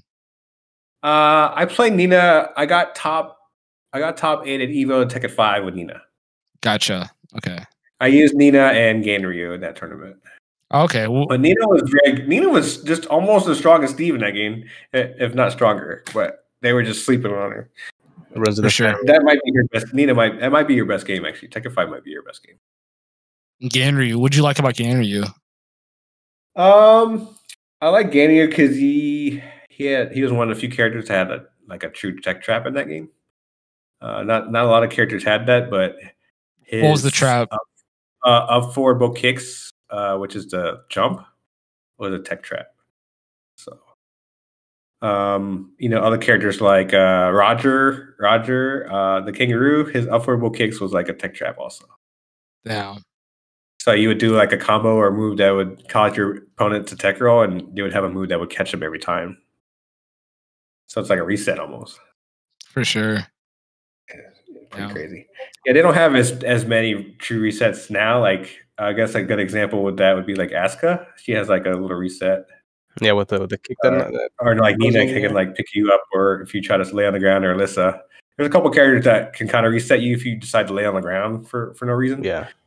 But they kind of like took that away. But there's a couple characters that can kind of do it. Yeah, Oki in general is pretty much gone, right, for the most part. Yeah, it's kind of definitely not the same as like if you were rolling. Anytime you were rolling back in my day, you would just get launched. Yeah, because you can't do that. But now they made it so you can hold back now, so it's not bad. For sure. So I guess next Tekken, are you going to go hard in it? I guess is probably our last question before you wrap this up. I don't know. Going hard as far as competing, I would like to maybe try to do it like Tekken 7, start from fresh and see how it goes. But I don't know. I feel like I'm still good and still strong, so I'm going to keep trying until I feel like you guys can tell me to stop. Until the wheels fall off, as they say. Yeah, when you guys are like, Jackie, stop. If I you should, man. You're one of the most legendary players because you got like top 8, 3 different Tekken games. No other Tekken player has that, so it's fucking amazing. So it'd be good to see you keep competing. You're like a amazing, I guess, legend. I guess modern day legend. Yeah, I mean, I'm a sports fan too, so when I see people like LeBron James and Tom Brady still doing it, like, you got to kind of motivate Daigo and stuff like that. They motivate me too. You should, man. It's just amazing when I look at like when I did the research for this episode. You have a lot of placements and it's amazing. So yeah, I mean, the difference now is that there's more international players that were able to come now than they were before. That's the big difference. Yeah, now back in my day when I won, there was only one international that I had to worry about.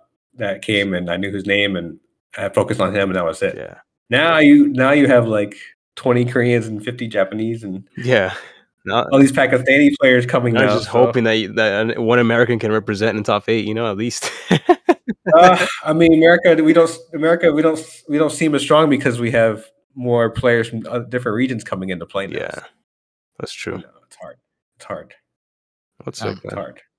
But that's more of like a demographic thing because people don't realize like America is actually like a really big country and we're spread out and we don't have a lot of arcades. Whereas like other countries like Pakistan and Japan and Korea, they're a little more smaller and more.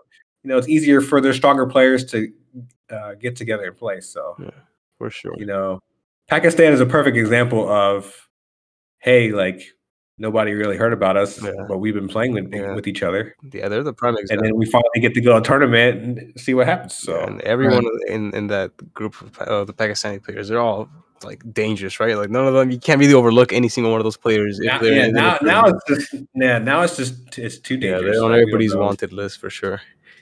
We don't know every player over there, and we don't know their capabilities, but we're aware of the ones that we are now. So that just makes it scary, Sweet, for sure. All right, so I guess we robbed you of 2 hours. So nice. I don't know what else we can ask. I feel we've asked most of it, but I mean, we're so appreciative of you, man. Thank you for coming on. Yeah, thanks for having me. I'm down to do future more in the future, and if you guys want to definitely hit me up for anything, my line's always open.